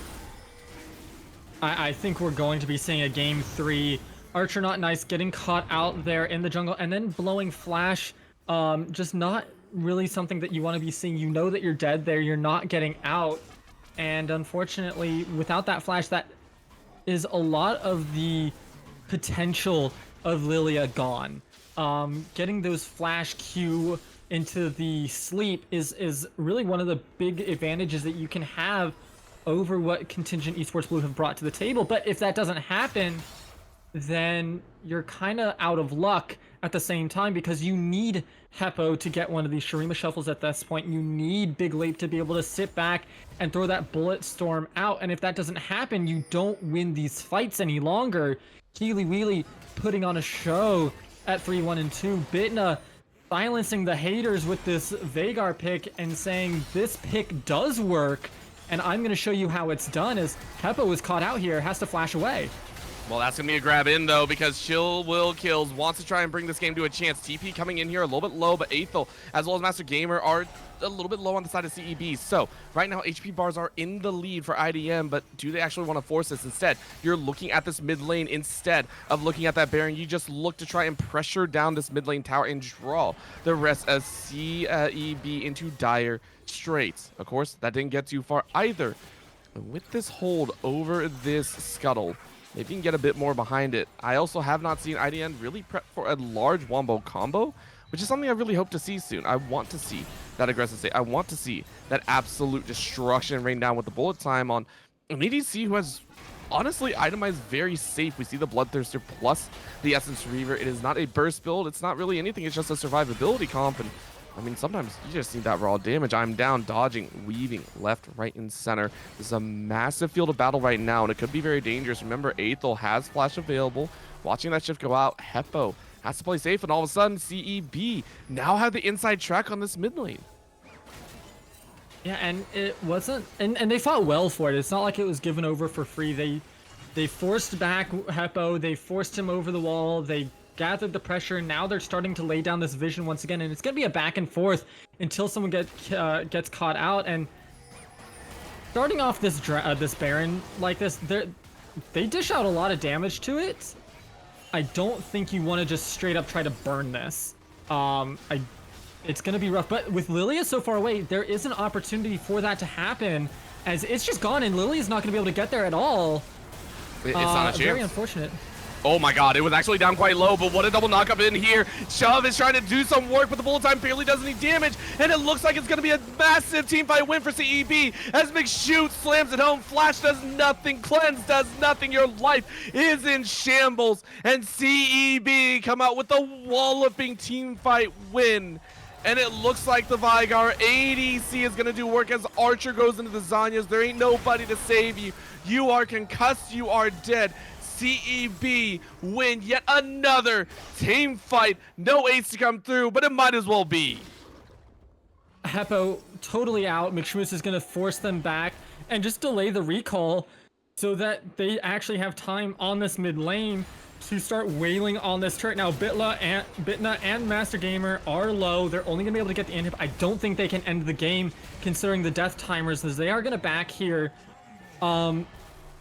I think if there was if MasterGamer had Warmogs, I think they have a better chance at ending the game, or at least pressuring more. But they're doing their job effectively at this point. Like, it's working. Like, everything in their comp is online, ready to go, and we can see that Big LAPE just isn't doing any damage. They have now picked up that Lord Doms, so that is going to be a big damage dealing item for them to start shredding through the Volibear, shredding through the Rel, shredding through the Ornn. The question is, are they going to get another opportunity? Because right now it doesn't feel like they're going to, with how well Contingent Esports Blue are playing in this game. I mean, they have really stepped up since game number 1. It feels like the draft is a lot more cohesive, in CEB, I don't see any time that they're going to try and slow down at all. I do like the fact that you called out IDN. If they can get a good team fight, it can be a whole world of difference. But at this point, the team fight is going to be on their own turf. They aren't going to be fighting on enemy territory. You can see this hard push kind of stepping up here. Bit allowed to do whatever they so wish. And Aethal just kind of around the side, just saying, yo, I'm not really worried about this one right now. We are in control. We are safe. A Bansheesville actually came down as well. So Bitna is actually going full safety here.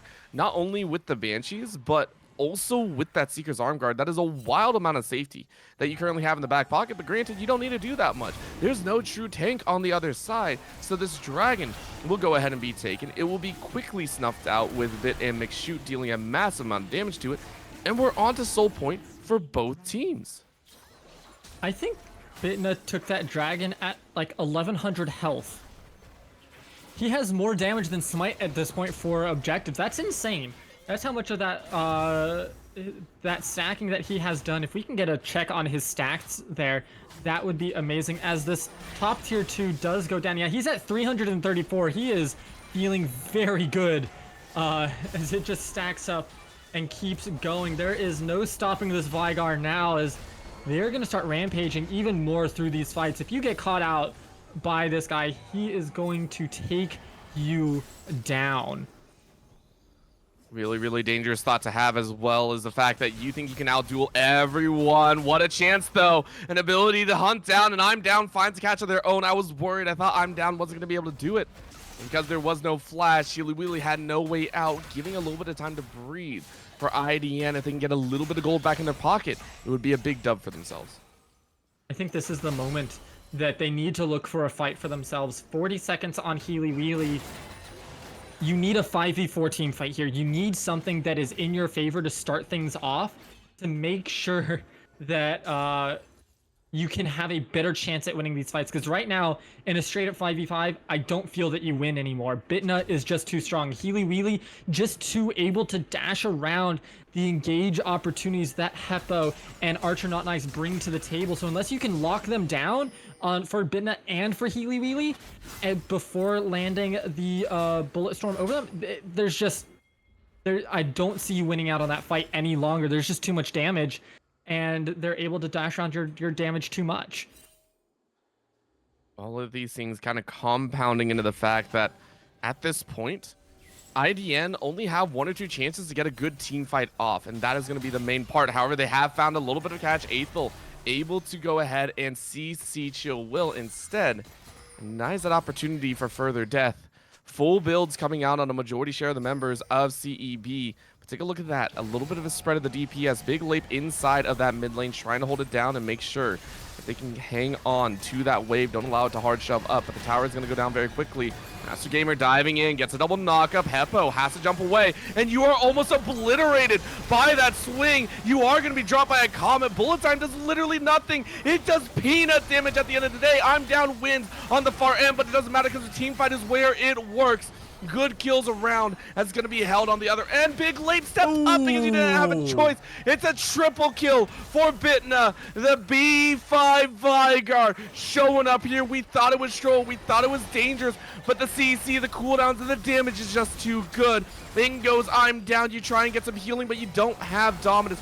Keep that in mind. Slow burn on either side, but there it is. It's going to be the Sterix to go ahead and get proc, but there's nothing else to play for, and they fought too hard. Their base is in shambles. IDN have to run for the hills, and Bitna is still standing.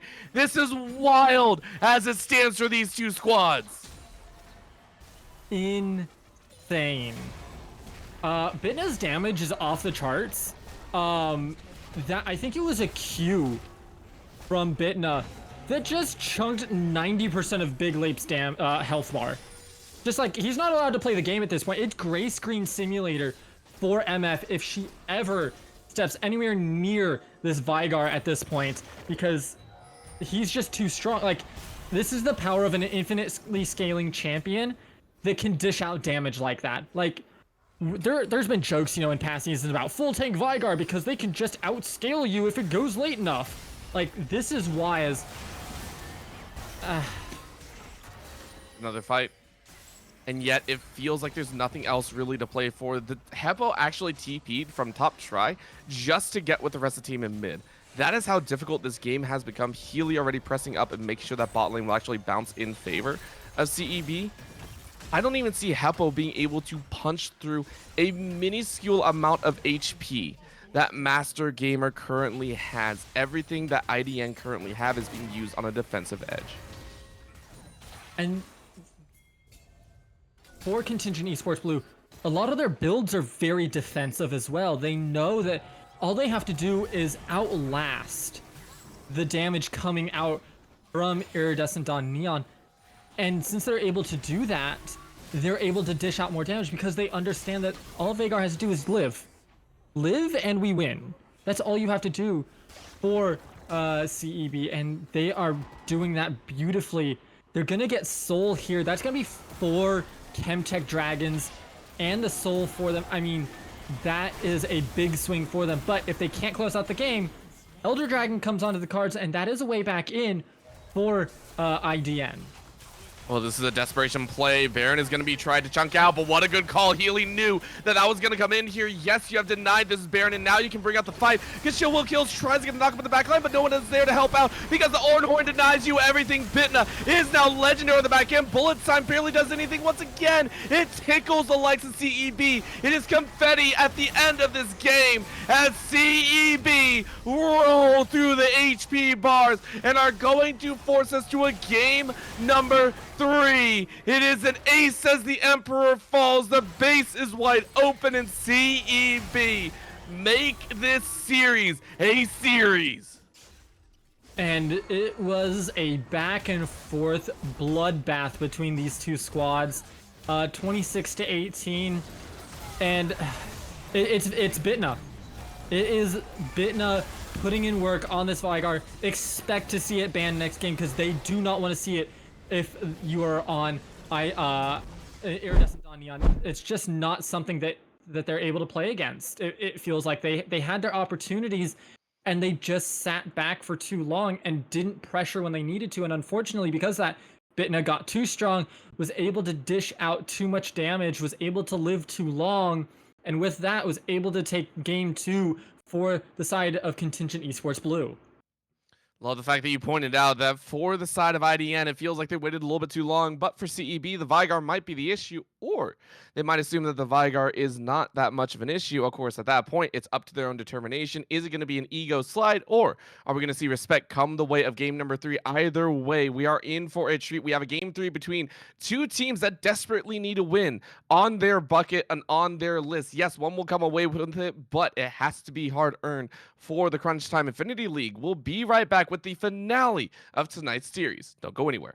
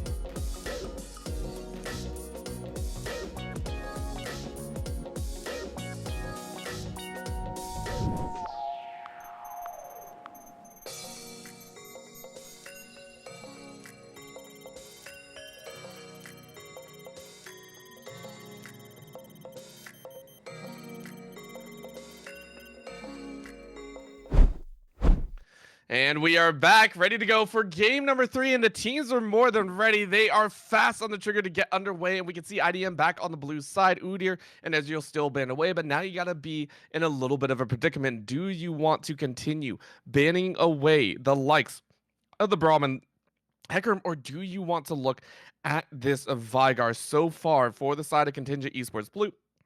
They're still stuck with the same Ezreal and Kindred still on their red side, but this is the big change right now. Ice, are they gonna do it?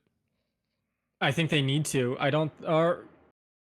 Interesting choice to go for the Lucian. I guess they're trying to limit the mid lane options and force out some interesting scenarios in that mid maybe, but no, they're saying we're not playing that game. We're not going there. It's going to be Vigar, it's going to be Brand, and I think those are two necessary bans for each one of these teams to limit what they have. But that does open up the Premier support being picked up by Iridescent on Neon. Yes, the Lucian gets picked up by Contingent Esports Blue, but I think that Leona is just such a good pick here for how they've been playing that it opens up a lot of opportunities for them. And I want to see what they pair it with because it can go with that MF, but there's so many other options for them as well.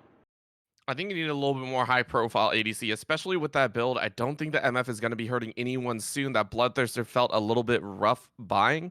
So at this point, I got to agree, bring something else to the table. There's plenty others. I mean, if you want to run something a little bit more DPS heavy, you could try and get that Tristana in the bottom lane. I wouldn't be upset about it.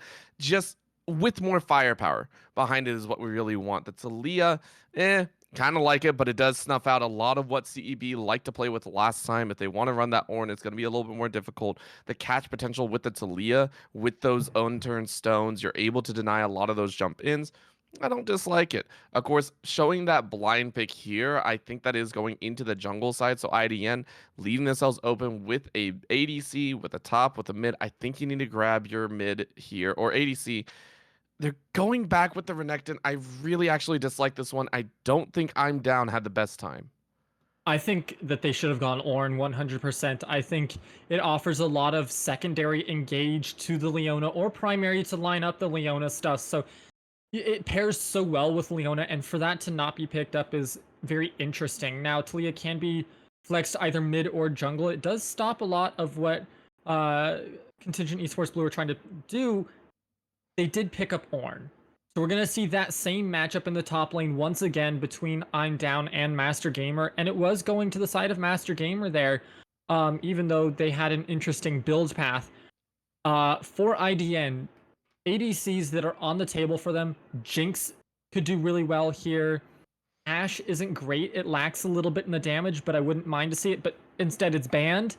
Um, I'm leaning heavily towards that Jinx right now. I think that's the best one still left up that gives them that damage that they had in game one and the scalability to last in these late game fights that they seem to be getting themselves in so very often. There's just it feels like okay. So I think that's a comfort ban coming out here, which I don't disagree with. I think if you're Yeah. just going for a comfort ban, I can agree with it. But if you're actually threatened by it, I don't see it. I just really don't see it. However, that is what they opted for, and that's because they're putting Lucian into that mid lane, Kai'Sa in the bottom lane to go with that rail. I like what CEB are setting up. Once again, playing off their strengths in game number 2. For IDN, they gotta bring some power inside of that jungle. The Lilia, I talked it up. It did not do as well as I was hoping. You need a bit more setup, which granted you had the Leona this time around. So if you wish to go for these squishies, it's a possibility. And I mentioned doing something a little bit out there, get a bit more firepower, get messy in there. If you're gonna put it all on the table, do it. The Vayne is locked in. Let's go. I love this call down. Big late with the big plays.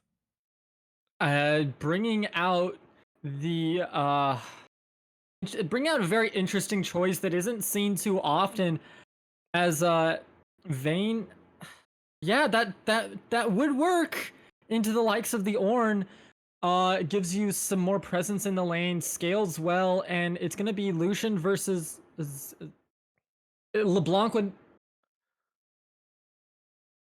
So I I don't think know. that might be a misclick. I think that's a misclick. We'll get understanding of Yeah, what it is here in a bit. Uh all right. That is a Hui in the mid lane. Okay. So Hui in the mid lane, Is that going to be okay? Maybe. However, that makes IDN fairly squishy. Once again, the Leona is going to be the only tank. I'm not sure about this because CEB now have this chance. You go ahead, grab the Zyre for yourself, and all of a sudden CEB have a drastically powerful composition. I love CEB's composition right now. I think it is the best one that they've drafted all series long. IDN's isn't bad, but CEB, it gives you a little bit of everything. You have excellent engage with the Ornhorn, with the Magnet Storm, and Zyra is the fastest clearing jungler in the game. 2 minutes and 50 seconds is what you are able to accomplish if you get the clear right, if you know how to manipulate your seedlings, and get those spawned correctly. So we'll have to keep an eye on that pick because you're gonna absolutely out clear the likes of a Talia without even trying on this Zyra. Especially once you get into the second, third, and fourth clears as well, you're going to be able to affect these lanes a lot easier, and you're going to be able to move around the map just that much faster than a Talia. Yes, Talia has the Weaver's Wall to be in places that maybe you wouldn't expect her to be if she uses it as a transportation tool, but overall, I'm leaning very heavily towards CEB here. We've seen what MasterGamer can do on the Ornn. We've seen what Healy can do on the Lucian. The Rel was pivotal in the comeback. That wasn't. I mean, I say it's a comeback. It was an even game. Just we're gonna take over the game now. Magnet Storm flashing over the wall there. The Kais is really the only thing that is, I wouldn't call it concerning, but like the weak member of the squad here in terms of the champions that they've drafted. And let's look at IDN though, because we got to talk about this vein, right? Like we got to Yeah. mention it. We got to dive into it a little bit. This is a ballsy pick. This is one that I'm sitting there going, "Hey, you really got to watch out for." And it's not a play at the end of the day, but this is your answer. You are fighting close range with even closer range with a hyper scaling possibility, and you have to be on your best game because you take a look down the line, and yeah, the Lucian's going to blow you up. But granted, the slight that I can see is, hey, a lot of them are skill shot dependent at points. If the Zyra doesn't catch you, if the Rel doesn't catch you, you actually get pretty much free reign over going, trying to do DPS. Is that the reason that this is picked, or do you think this is more of a big late pick? That's what I'm trying to figure out right now because it's very interesting that pick. Now they do have, it is an ultimate comfort for them overall. They have a 700,000 point mastery, or 707,000 essentially point mastery on Vayne, so they play it quite a bit. They haven't played it a lot this season. Um, as I'm looking right now, they have uh one game on it in split two, and it was a loss. So I'm literally I'm delving in here. They're 2-5 in split one with only 2 wins on it. So not a great look this season on it, but overall, looking at the big picture, it's an extreme comfort for them. It's not like they're pulling it out for the first time on stage. Like this is something that they have probably put some time in for practice and said, yes, this is something we can do if our backs are against the wall, but it's not something we want to rely on. Hmm. As it is one of these, I almost want to call it a coin flip champion. If you don't get ahead on it, you don't feel good. You can't do anything. You can't really come back. You have to be ahead or get to ultra late game where everybody's full build. There is no in between. It's either get ahead early, win early, or get to ultra late where everybody's full build and you can start just ripping people through that way. There's so many things to think about here, and right now my eyes are on that bottom lane. It has been very, very pivotal for both squads. I mean, we watch Big Late try and do some work at the same time. Bitna on that Vigar just last game had power and precedence over the mid to late. However, we have also seen both teams now show strengths and weaknesses. And that's what I want to point out here, because for both these teams, this is a testing ground. This is a proving ground. You don't want to win in a sloppy fashion. You want to win in a way that shows that you have grown over the last 3 weeks of gameplay. So for either side, I want to bring it to you, Ice. What do we want to see the teams do better in this game if they win? For IDN, is there a specific point that you want to watch them really grow from? For CEB, is there something that you want to see them do better than they did in game one? Well, for IDN, I really want to see them put the pedal to the metal when they have the lead. Really start to pressure because last game they had a decent lead in parts of that mid game. They just didn't pressure it effectively enough to shut down Vigar to really then close out the game in their fashion. So they lost because they took too long. I want to see them, especially because they have a Vayne. You need to get ahead early, stay ahead early, and take over the game in a clean, concise manner. For CEB, it's all about stopping Vayne. Play around your bot side, play around your bot lane. We didn't see many ganks coming out for them, and it was really on the back of Bitna to just sit back. The Rel was roaming, and to farm it out until they were just a menace. I don't want to see you leave Bitna on an island here. It is not going to end well. Kaisa needs that hand holding through the early stages of the game to make sure that you can come online. And Zyra is one of these champions that can make a big, big difference. That is going to be your AP damage, and they can dish out a lot of it with their plants. You can execute some very beautiful tower dives with it if you plan it and set it up appropriately. That's what I want to see. I want to see them come out of the gate swinging and not let up. They came out of the gate swinging in game 2, and then they let it up and they were able to bring it back. Don't let up. Keep that pressure on and close out this game. Shut this Vayne down because that is how you win this game. All right, well, there you go. Focus from both of these squads for CEB. We want to see them be able to focus down the Vayne. Maybe if the play gets ahead, you focus that lane as well for IDN. See them roll through in a pretty consistent fashion. If you get a lead early, especially with that Talia, you need to learn how to overwhelm your opponents. And for me, it's really that top side. You went back to that exact same matchup as the Renekton versus the Ornn, and MasterGamer has been so good so far in kind of controlling this top lane angle. And ever since they took the Ornn, it's been a whole different. So let's go ahead and get underway here. We are off onto the Rift. We are getting this game once again. The way in the mid lane, no Navi to dance with. It is going to be pain all day long. So with that being said, IDN lining up in a 5-point, same with the side of CEB. Neither team wanting to make that first mistake. I do like the little bit of synergy we're getting between Talia and Hui, both going with those nice blue colors. And back into this top lane, I mean, we got a little bit of a dance party. We weren't getting a dance party in the mid, we're getting it in the top instead. Renekton doing some headbanging there. As the choo-choo master himself is just sitting there and saying, I'll watch you do that. I'm going to sit back and wait for my train to arrive. We just get a nice 5-point. So we just have to wait and see where these junglers want to start off their journey on this rift, because that's really going to be the pivotal moment. It's these lanes can do a lot, but these junglers are really going to be the pivotal members of these squads that can set these lanes up for success and get the ball rolling early. Let's see how fast it rolls, whether it's a slippery slope or just a little bit of a hill. You know, depending on who decides to go for what, it'll be a whole different story. Both junglers, of course, trying to clear out as quickly as they can. And this time, starting on opposite sides of the rift is a whole difference as well. Both IDN and CEB will have to be very aware that the junglers will not cross paths as easily. Take a look at the warding side as well. Archer was able to get a ward inside of those raptors, I believe. So you identify that, hey, this is going to be a top to bot shove for McShoot that allows Archer to get a good read on where they decide to go.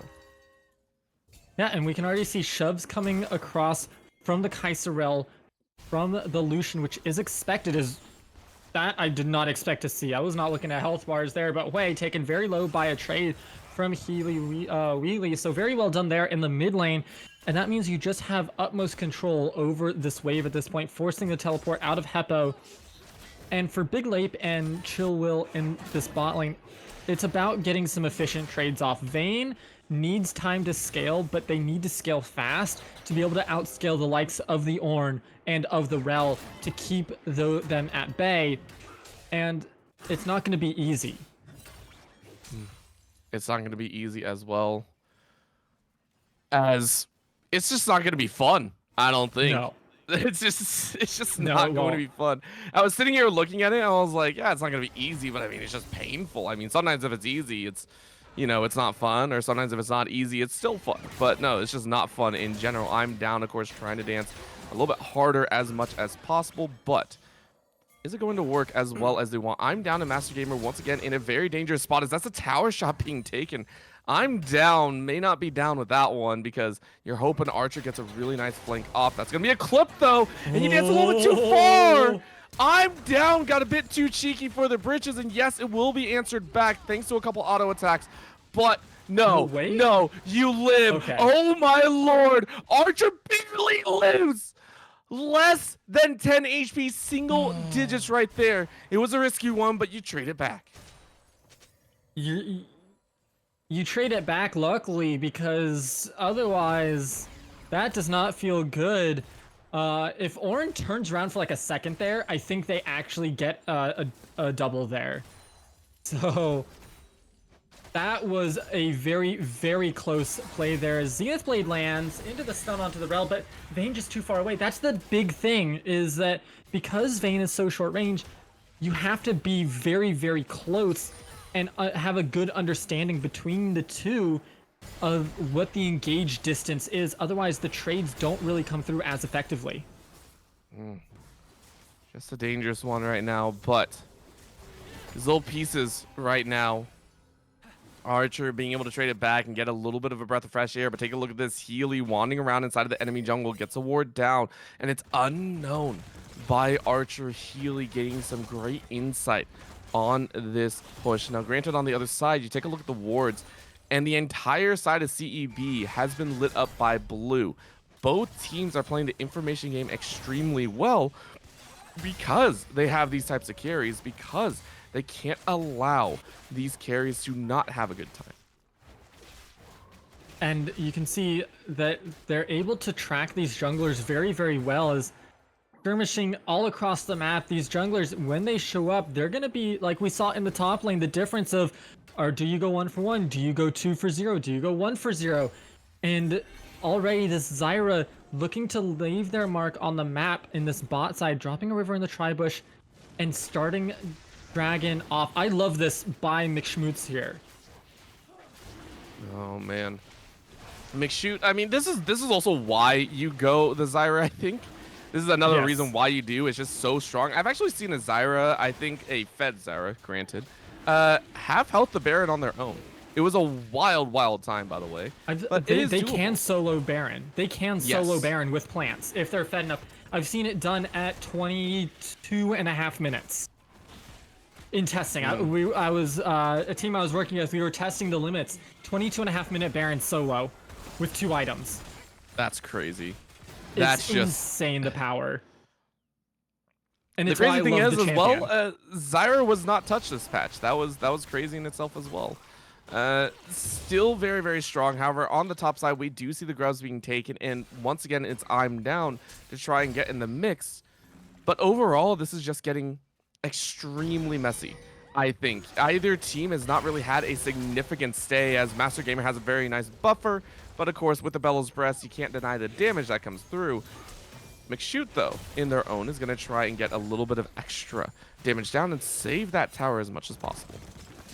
The one turret plate going over to I'm down is about all they would have gotten anyways, even if McShootmz wasn't there, as that is holding steadfast from Leona, almost finally walking Aethal away, as not something you want to be doing. Is actually they're going to cancel both the backs, Big LAPE and ChillWill, having to actually recall even later. That is going to be some decent timers, as they've canceled them once again, and that's something that you don't want to see coming out from your bot lane, is canceling it, not canceling it, and then going back and forth. You've delayed it for so long, they're actually able to get a decent push off and get some damage down since they've now pushed this, or get a roam timer off, get some vision down where they need it to. And for Contingent Esports Blue, you love this. Like, you've done your job. Now you get to get a free turret plate here, and Leona and Vayne aren't even back into lane yet to pick up any of this CS. They're gonna get a few points of XP from it, and that is it, and some like last 3 minions. That is a very, very rough time in the bot lane for this Vayne right now. As much as you hate to see a big LAPE, still has time to power up. It's still 0-0-0. I mean, it's just like a Yasuo. You know, the O10 power spike is like the 100 CS deficit. You know, you got to get Flame Horizon before you can actually do some work. Flash away from I'm down though. MasterGamer just going, yeah, get out of my lane. I'm still gonna be powerful. I'm down a couple CS of my own, but no big deal just yet. It's the power of Ornn. It's the power of the train that they are utilizing as Magnet Storm comes through, and that's just gonna be. Yeah. That's just... Okay, we kind of expected this. I hate saying that. Big LAPE gets obliterated. You do not have cleanse. It's a ballsy pickup, but Big LAPE, you're just going to have to live with the consequences. And I liked the killer instinct by Bitna to avoid the solar flare coming out from ChillWill. It forced... of course, Big LAPE got away, but because of the void stacks already on top of them, it was too late. The killer instinct came through, and that was just a dead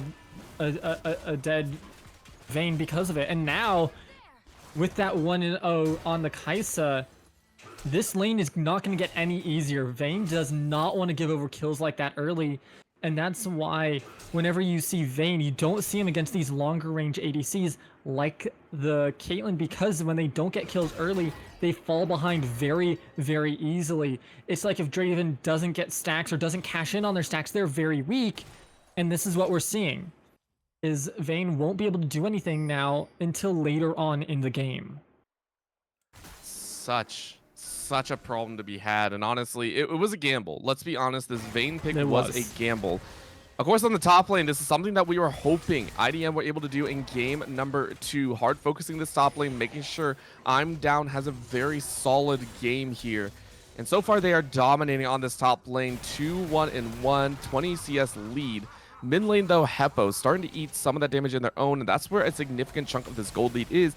HeelyWheely on this Lucian, feeling like a new player. You can see it there. Just from the CS deficit, by the way, that is how far they are in the lead. HeelyWheely now getting jumped on, does have flash available, but I love the laugh, just saying, yo, I'm safe behind my minions. Ain't no way you're gonna hurt me.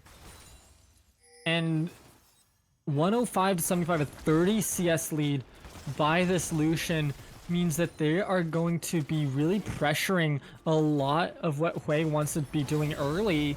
And because of that, yeah, that's not looking good in the bot lane right now. Nope, just the hard dive. Good solo flare to slow them down, but you are not going to be safe. Big LAPE trying to get back under tower. Heppo is able to get a good snipe on the back line, and you are able to keep Big LAPE alive. However, this redive could be the big one, but Aethal gets pinned against the wall, and all of a sudden danger is abound. Instead, one more tick will be the silver bolt, and now a follow through with another kill. It's a 2 for 2 so far, but of course Bitna wants a little bit more. Heppo has to have that fear and gets it, and the shield comes back up as well. Heppo, the master painter, paints a picture of death and survives the tower dive. Heppo popping off. Massive work there, along with Big LAPE. Yes, Big LAPE falls, but they're 1-2-1 now. Feeling a little bit better. The static shift completed for Kai'Sa. Heppo just like, I got this, guys. Don't worry. We're fine. Because they got the fear off. They knew that the Acathian Rain was going to come through. They feared just a split second behind it to make sure that damage was going to hit the turret, was going to be hitting Bitna, and that would secure the kill. Now they've transferred their bot lane to the mid to try to get some of a little bit more favorable matchup for the Vayne, I would think, as Vayne prefers the Lucian as it is a shorter range, but Aethal not worried about what this Leona is doing right now, but it's gonna be fight around drag. Here's the crash down. Oh man, it's just that easy, and of course the catch is more than good. Aethal running away with their life, but of course ChillWill might be on this other side that gets killed. Solar Flare though lands because Heppo came in from the side and cleans it all up. Big LAPE coming back in a heavy manner, and that's gonna be 2 right back in IDN's favor as all of a sudden CEB are the ones making mistakes. Huge plays there, and it comes down to what Aethal was doing. There's no need to clear that wave without more backup, and it allowed the Vayne. It allowed the Leona and it allowed the Talia to get on top of you and start to dish out some of that damage and chunk you out. As Heppo now is in a bit of a pickle. Oh, that flash forward. Oh, but look at this. Another shield! Heppo survives! Are you kidding? Second time! Give him the thumbs up, Heppo. You deserve it. You are the GOAT right now of denying death. What in the world is going on?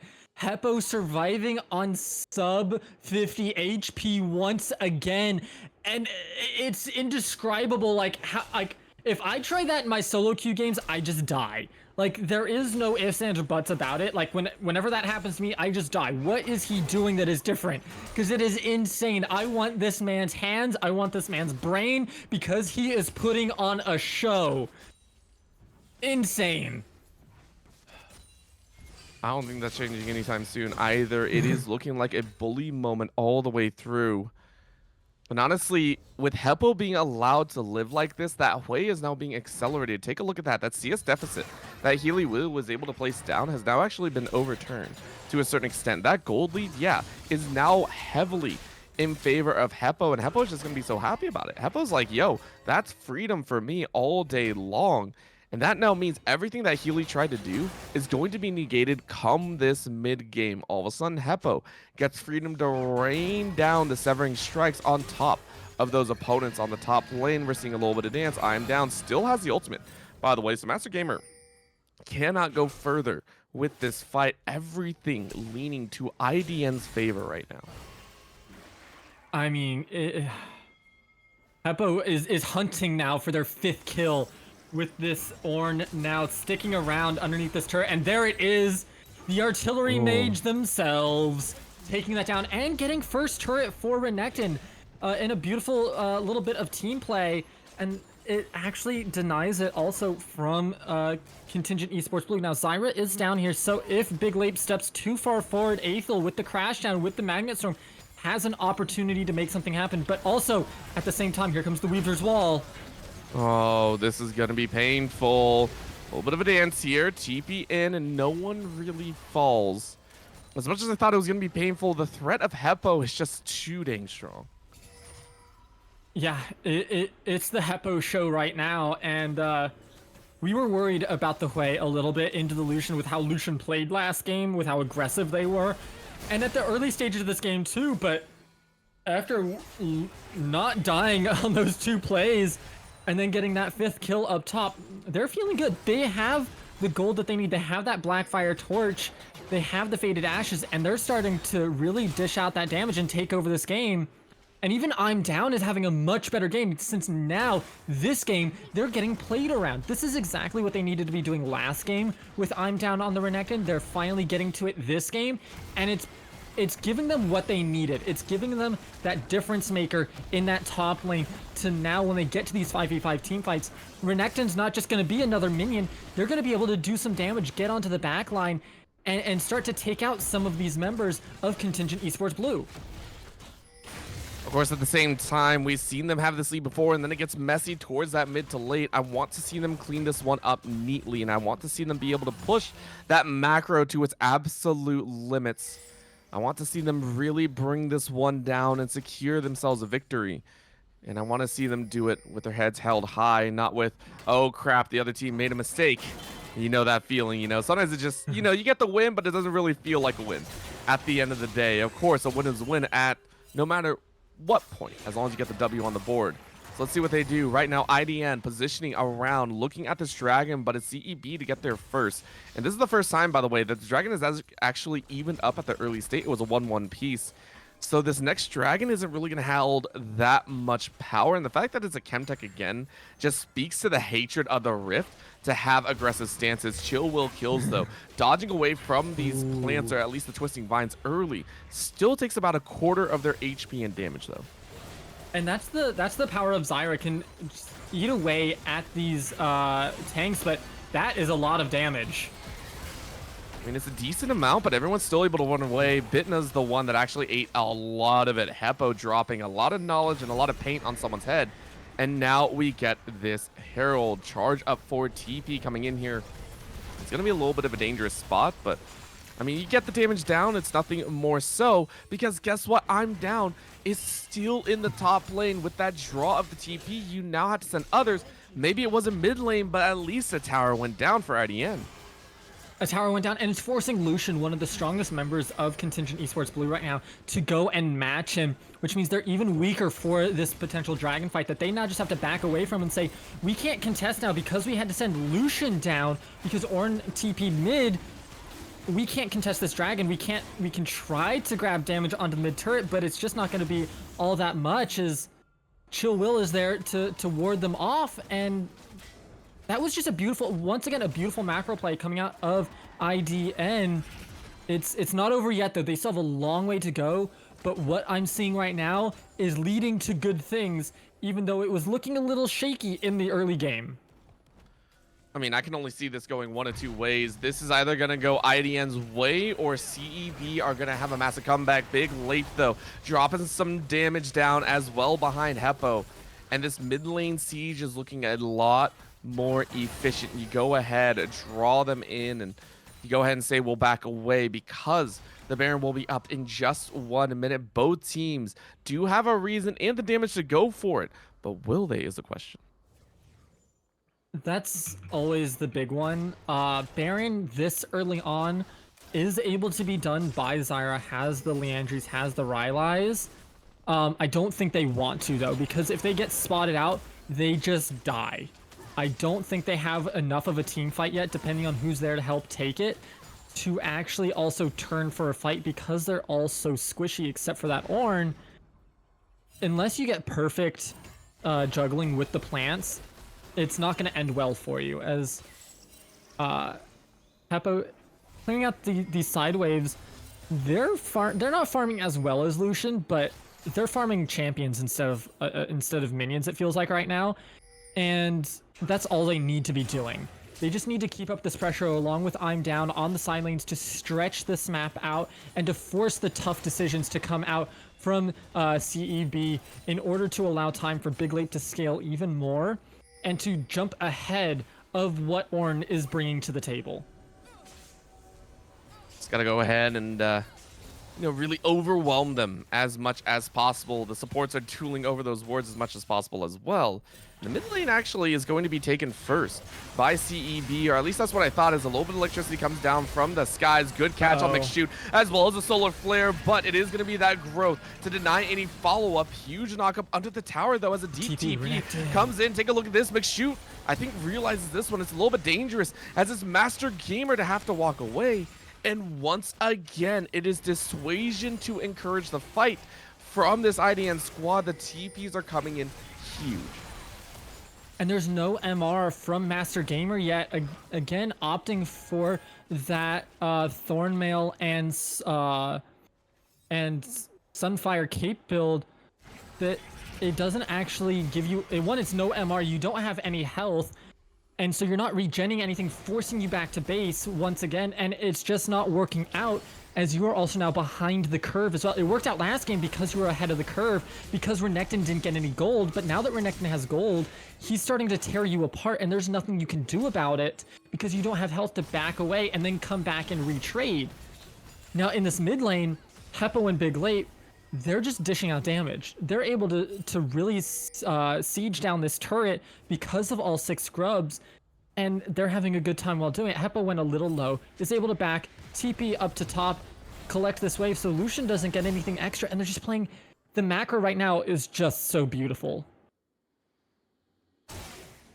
That's also what we want to see. That we also want to see them keep moving forward. The macro is strong to deny. Now we need to see them push. We need to see IDN really cement themselves as a squad that just took 1 loss on the chin and are now looking to try and chase forward. Dragon is up in 1 minute. Baron has now been up for about 2.5. You can see the plants being laid down.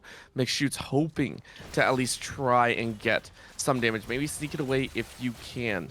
Heppo on the side might be looking a little bit strange, though, in a dangerous spot. You walked a little bit too close, and you may have gotten caught. There is no way out of this. We saw this from a mile away, but the Painter did an easy kill for CEB. And that is the pick that they needed to start this Baron. You can see they're walking over it. The plants have been laid by Zyra. She's getting just a few more down. You need between 4 and 5. They're going to get the 4 off. They're going to have Bitna there as well. So there's really no issues. They get to start up Baron, and ChillWill, they know about it, but there's really very little that they're going to be able to do besides force a fight here and hope that they can win out. Weaver's Wall coming out. Oh, I actually really like this. I like this current setup. Archer with a very nice Weaver's Wall. We haven't seen it used quite as often, but it's a nice deterrent. Baron stopped, and now look, you get pressure in the mid lane. Pressure in mid, pressure around Dragon as it's spawning in 5 seconds, and that's going to put them on soul point. They're ready and waiting for it. The recall's just now coming through, and they're not going to be prepped and ready to go to take this, and it's going to be gone before they even get there. Zyra's not even going to look for the contest. That is a huge swing once again. IDN putting on a show, stopping that Baron with just a simple Weaver's Wall. They step forward, they posture aggressively to stop it, and now, because of that, they got mid control, they got Dragon, and Aethal's in a bit of a situation as has to flash out. That sucks. Having to flash away from that one of your main engaged tools is down. With all this kind of hustle and bustle, you can see IDN still a little bit scared in their own right to look for this raw damage, to look for these engaged tools. Really, the only one that can dive is I'm down, and I mean, ChillWills can try and do the same. At the current moment, though, we're seeing positioning back. CEB still looking at that Baron if they can. I'm down, trying to get their weave on. You can see it, 240 on the CS number against a 158, very close to a Fame Horizon. But this is actually going to be ChillWills, who is in a really bad spot. And just like Aethal was earlier, ChillWill gets locked down. Locked down, taken out, and mid tower going over to Contingent Esports Blue. Cracks starting to form from IDN. They're not playing a perfect game by any means, and we can see where the cracks are starting to form is that is just a dead Ornn, which is a good pick for I'm Down because he's so far ahead. But Heppo. Yeah. These Baron. are trades that I was really worried about. Keep in mind, this is what I was talking about. I don't want to see these picks happen. I don't want to see people giving over their lives for pretty much nothing. But it feels like it's happened on both sides. Tower may fall, but this is going to be Baron, and CEB may be able to use this to fluctuate, but they're calling in the backup. I don't think this is a worthwhile call. I think he should have gone to tower because the the Baron's already gone. No chance to even contest it as I'm down. Now has to play keep away. That is going to be the Weaver's Wall to corral them all, but really, where are you going to go? You have a single shot ADC and no chance to kind of pump out the damage behind. So lost TP, lost Baron, IDN losing out on that play. And it was looking so good for them. This Baron isn't one that's going to be aggressive for Contingent Esports Blue, but it is one that can stem the bleeding that they have. The picks, the Baron, those are good starts, but they need to start stemming the bleeding that's happening in these side lanes against this Renekton. And Ornn not having the Baron buff is good for Renekton because it gives him that opportunity still to get those kills in the side lane. But for the rest of the squad, now they can be a little bit more aggressive in clearing out these waves and trying to get some of these turrets because it's harder for IDN to clear out these waves. Taking a look at the gold difference right now, it is an almost 4,000 gold difference in that top lane. 12.7 to 8.1. Insane work by the Renekton, but going down the line, it's a lot smaller, and for a lot of it's made up from Contingent Esports Blue by this Kai'Sa, who has an almost 3,000 gold lead, about 2.5 right now, over the Vayne. It's just where a lot of the power is currently sitting for these squads. You can even see Aethal trying to set up a play, but bottom side, we're seeing a little bit of a push. Good chase for this brick. Oh. And almost overwhelming the other likes. MasterGamer getting a little bit routed here. You can see the recall coming in for I'm Down. But maybe if you get this kill, you have flash. You have flash available if you catch. If HeelyWheely steps up a little bit too far, you are in a danger. But of course, you don't want to take that chance. You don't want to be in the wrong spot. So HeelyWheely allowed to live, who, by the way, has had a very difficult game. 0-1-0. Literally not in this game so far. The only time was when you donated 300 gold to the opponent. You have not had such an immaculate game this time around, except to try and shove and get towers down. So, you know, take it for what you will. I mean, they do almost have a Flame Horizon over Heppo, so that is something, but it's just not enough, right? There's still so much more that this Lucian needs to be doing to help the team out that it just hasn't been happening yet. Now, everybody is going to look like they might be collapsing on this Renekton, trying to get some wards down to make sure that they are safe, as the tables have turned a little bit. You can see that for IDN, they're playing a little bit more back, a little bit more passive, worried about what a fight could entail for them, as they don't have that true tank that they did in game one whenever they won. So they need to they need to get Bitna, they need to get HeelyWheely, or they need to get McShootmz. Otherwise, the fight will not go in their favor. I think calling out those shots is very appropriate. However, sometimes you'll just take what you can get. There's so many little pieces of the puzzle here. As Aethal is going to get caught out, taken out by about a fifth of the HP. But take a look at the positioning on the other side. IDN currently collapsing in from this mid lane. And it's currently dark on the edge. So CEB just had to play very, very wary. Take a look at where I'm Down is. Currently trying to wander around on the back end. ChillWillKills, though, stepping up in front. Takes a lot of damage. Good chunk out on Archer. Archer cannot step up, and now you're going to stun them out. But look at the chunk. Massive chunk with the silver bolts, and now a great punch by Way in the back line. McShoot has to run away. Colin going to be denied on the other side, and it's a messy battle left and right. I now get straight to the back line. Everyone is quite low, but they're not dead, and that's the difference. Shut down on the side of MasterGamer as they're still alive, but Big LAPE gets to do cleanup. Yes, you're rooted, but it doesn't matter. The ADC is now alive. What a snipe in the back line as well from Bitna, but Bitna cannot do much, and because of that, it is going to be IDN to come out the better of the situation. But of course, for CEB, I believe they denied the Dragon Soul. So at the current moment, everyone wandering off thinking that at least it could have gone worse.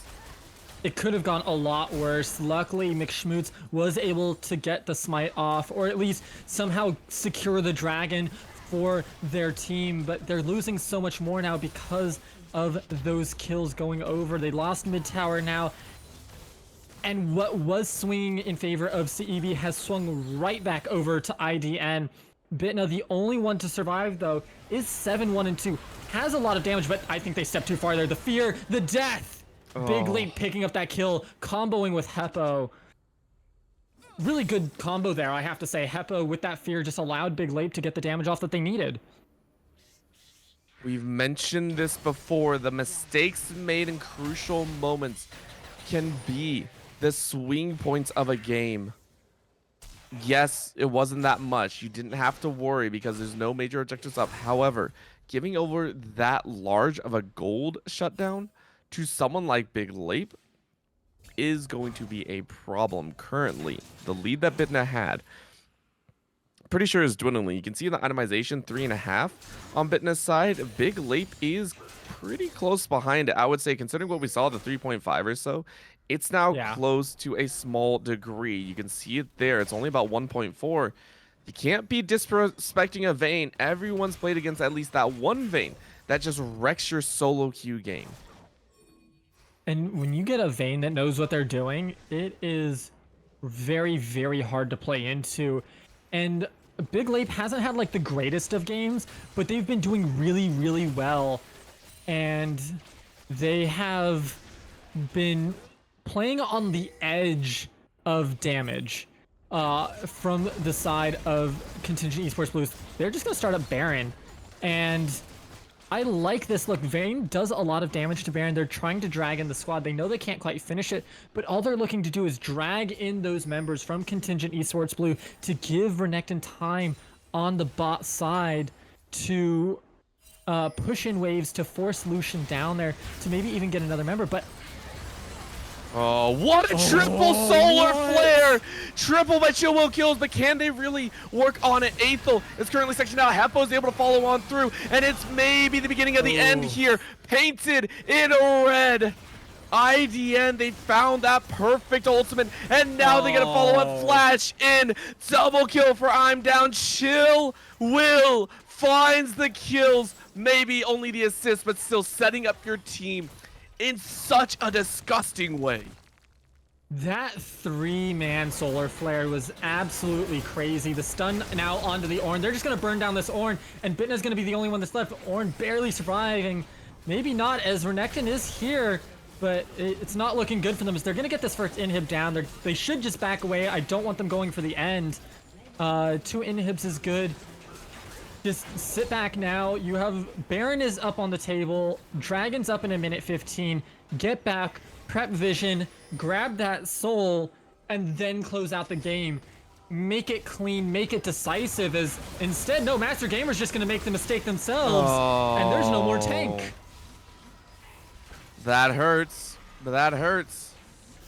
CEB on the cusp of losing out here. Top lane, MasterGamer did not have a perfect in. Mid lane, HeelyWheely 0-3-1. Disaster striking in just about all points except bottom lane. As Bitna is still 7-2-2, went a little bit into that AP route, which is understandable. But the big things are coming up here. Dragon is coming up in 30. Baron is currently up, and I think IDN might be looking for both. And they have full rights to do so. Anytime they choose to take a fight, they should be winning that fight at this point, as long as they respect the Zyra, they respect the engage from Aethal, as it's also a 5v4. Dragon spawning in 10 seconds. Baron's going down right now. They know that it's happening, but they may not even need Dragon. They're going to walk over to it, seeing if they can't grab it, as we're definitely getting a fight right now. Well, of course, here's the deal. Plants are down. Are you going to try and burn it? ChillWillKills gets a ward down. A little bit off the side. Aethal looking for a little bit of a hump in. That's going to be the Soul Flare. Yes, Dragon is minded away, but who goes down next? McShoot inside of the pit is burned down, but in you go. Aethal misses everything. ChillWillKills is going to die, but look at the damage output. Pumped out and denied. McShoot can't stay. Flash in from I'm down. I'm down says, look who's up and alive. What a chase out though. Bitna is still alive, same as HeelyWheely, but the GA is more than enough to keep you alive, and that allows Big LAPE to chunk through the chunky MasterGamer and go godlike here in this game. Only a 1 for 2. Zyra got Dragon, delaying the game potentially a little bit, but you have no, both of your tanks died. You're going to be fighting underneath your Nexus turrets. I do not envy the situation that Contingent Esports Blue is in right now, as I'm down is looking for the slice and dice in onto Bitna, who is just doing everything they can to try to clear these waves. And they're on the Nexus turret. They've managed to clear one. Archer Not Nice taken low, and that's going to force them back for just a little bit until I'm down can get there. Heppo here as well. It is going to be a rough few minutes for Contingent Esports Blue if they look to survive in this game any longer. I think it's always going to be a difficult time. I don't know what else we can really say about this one. It's just everyone feels a little bit off right now. It just feels difficult to stand in the same space. Either team is on a knife's edge, and we're reaching those super late game points where teams just do not care what happens. You just don't want to make that mistake. You don't want to make that fatal error. But I like this call. You get a little bit cheeky. ChillWillKills 1, 4, and 5, looking to be a little bit more so. As you can see with that drag, it's understood, but still McShoot steps up. You knew they were in that pit. However, you are safe for the time being, but you might have gotten your team in the very bad position. McShoot taking extremely low. Ornhorn being called in. Big LAPE comes in with the big flank. Bitna realizes they are in a disastrous position. Your ADC is now dead, and you are dissolved. Aethal will get melted and shredded and pelted by pebbles. And it's destruction to say the least. MasterGamer is gonna try and save themselves, but Big LAPE is the main star of the show because you have annihilated HeelyWheely, and with an ace to close it out, it is GG for IDN in a back and forth series. And that was a decisive Game 3 victory off of that fight. They set that bait up perfectly, and like you said, Bitna did not know where to go. They had nowhere to go. They had no front line. The wraparound from Vayne was beautifully done by Big LAPE, and that meant that it was just game over. There was nothing that they were able to do at that point. A slow burn of a game at first for IDN, but they were able to come online with some amazing plays from Heppo to stay alive at sub 10 HP. And it allowed time for the Vayne to get into the game, to scale up, and it got to the point where because they invested time and resources into their Nectin, they were able to get on top of the Ornn, keep them down, and they were able to allow this Vayne to get ahead of the Ornn, which is what they needed to do to dish out that damage.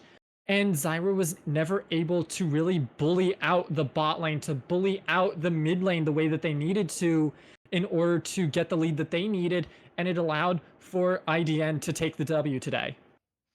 Such a powerful game and such a powerful statement once again. This is going to be IDN very happy about the current situation. Now, unfortunately, I do believe that means CEB have fallen to an 0-3 state. And that is not a fun area to be in. You now have to work your way hard if you want to try and prove yourself moving into the last 2 weeks of the season. But I got to ask you, just like always, who do you think is the MVP of IDN? As I think a few people stepped up this series. A few people, Big LAPE in game one was really one of the big reasons that they won. Heppo in game three was really one of the big reasons that they won there. I think that's a hard one. That is really, really difficult. Jungler also put in some massive work. Archer, uh, I think it has to go to Heppo. Just the consistency through all three games, really made it as made them the MVP in my book over the series. Because even in that loss, they were the playmaker. They were the ones that were doing well, that were trying to make those plays happen, that were dishing out the damage even when MF couldn't. And then in game three, sub 10 HP twice to get a double kill, and then to get another kill in the mid lane. At what point do you say that this man is just a god of surviving at under 10 HP? Because they absolutely were on display tonight. It was just that good. And of course, shout out to Heppo there, our MVP from the desk. Congratulations, and congratulations to Iridescent on their victory. This squad, the Neon squad, looking pretty dang good. They're hoping to ride into the new dawn with a couple more wins under their belt if they can with the week 4 and week 5 victory. But of course, we'll take a look at some of the other teams most likely at that point. Maybe we'll see them in the playoffs. Maybe we won't. We'll see what happens. Thank you so much to everyone who tuned into the Crunch Time Infinity League here tonight. My name is Orbital. With me has been Ice Fire Ride Cast, and of course, Chippy on the production. We thank you so much for tuning in, and have a fantastic evening.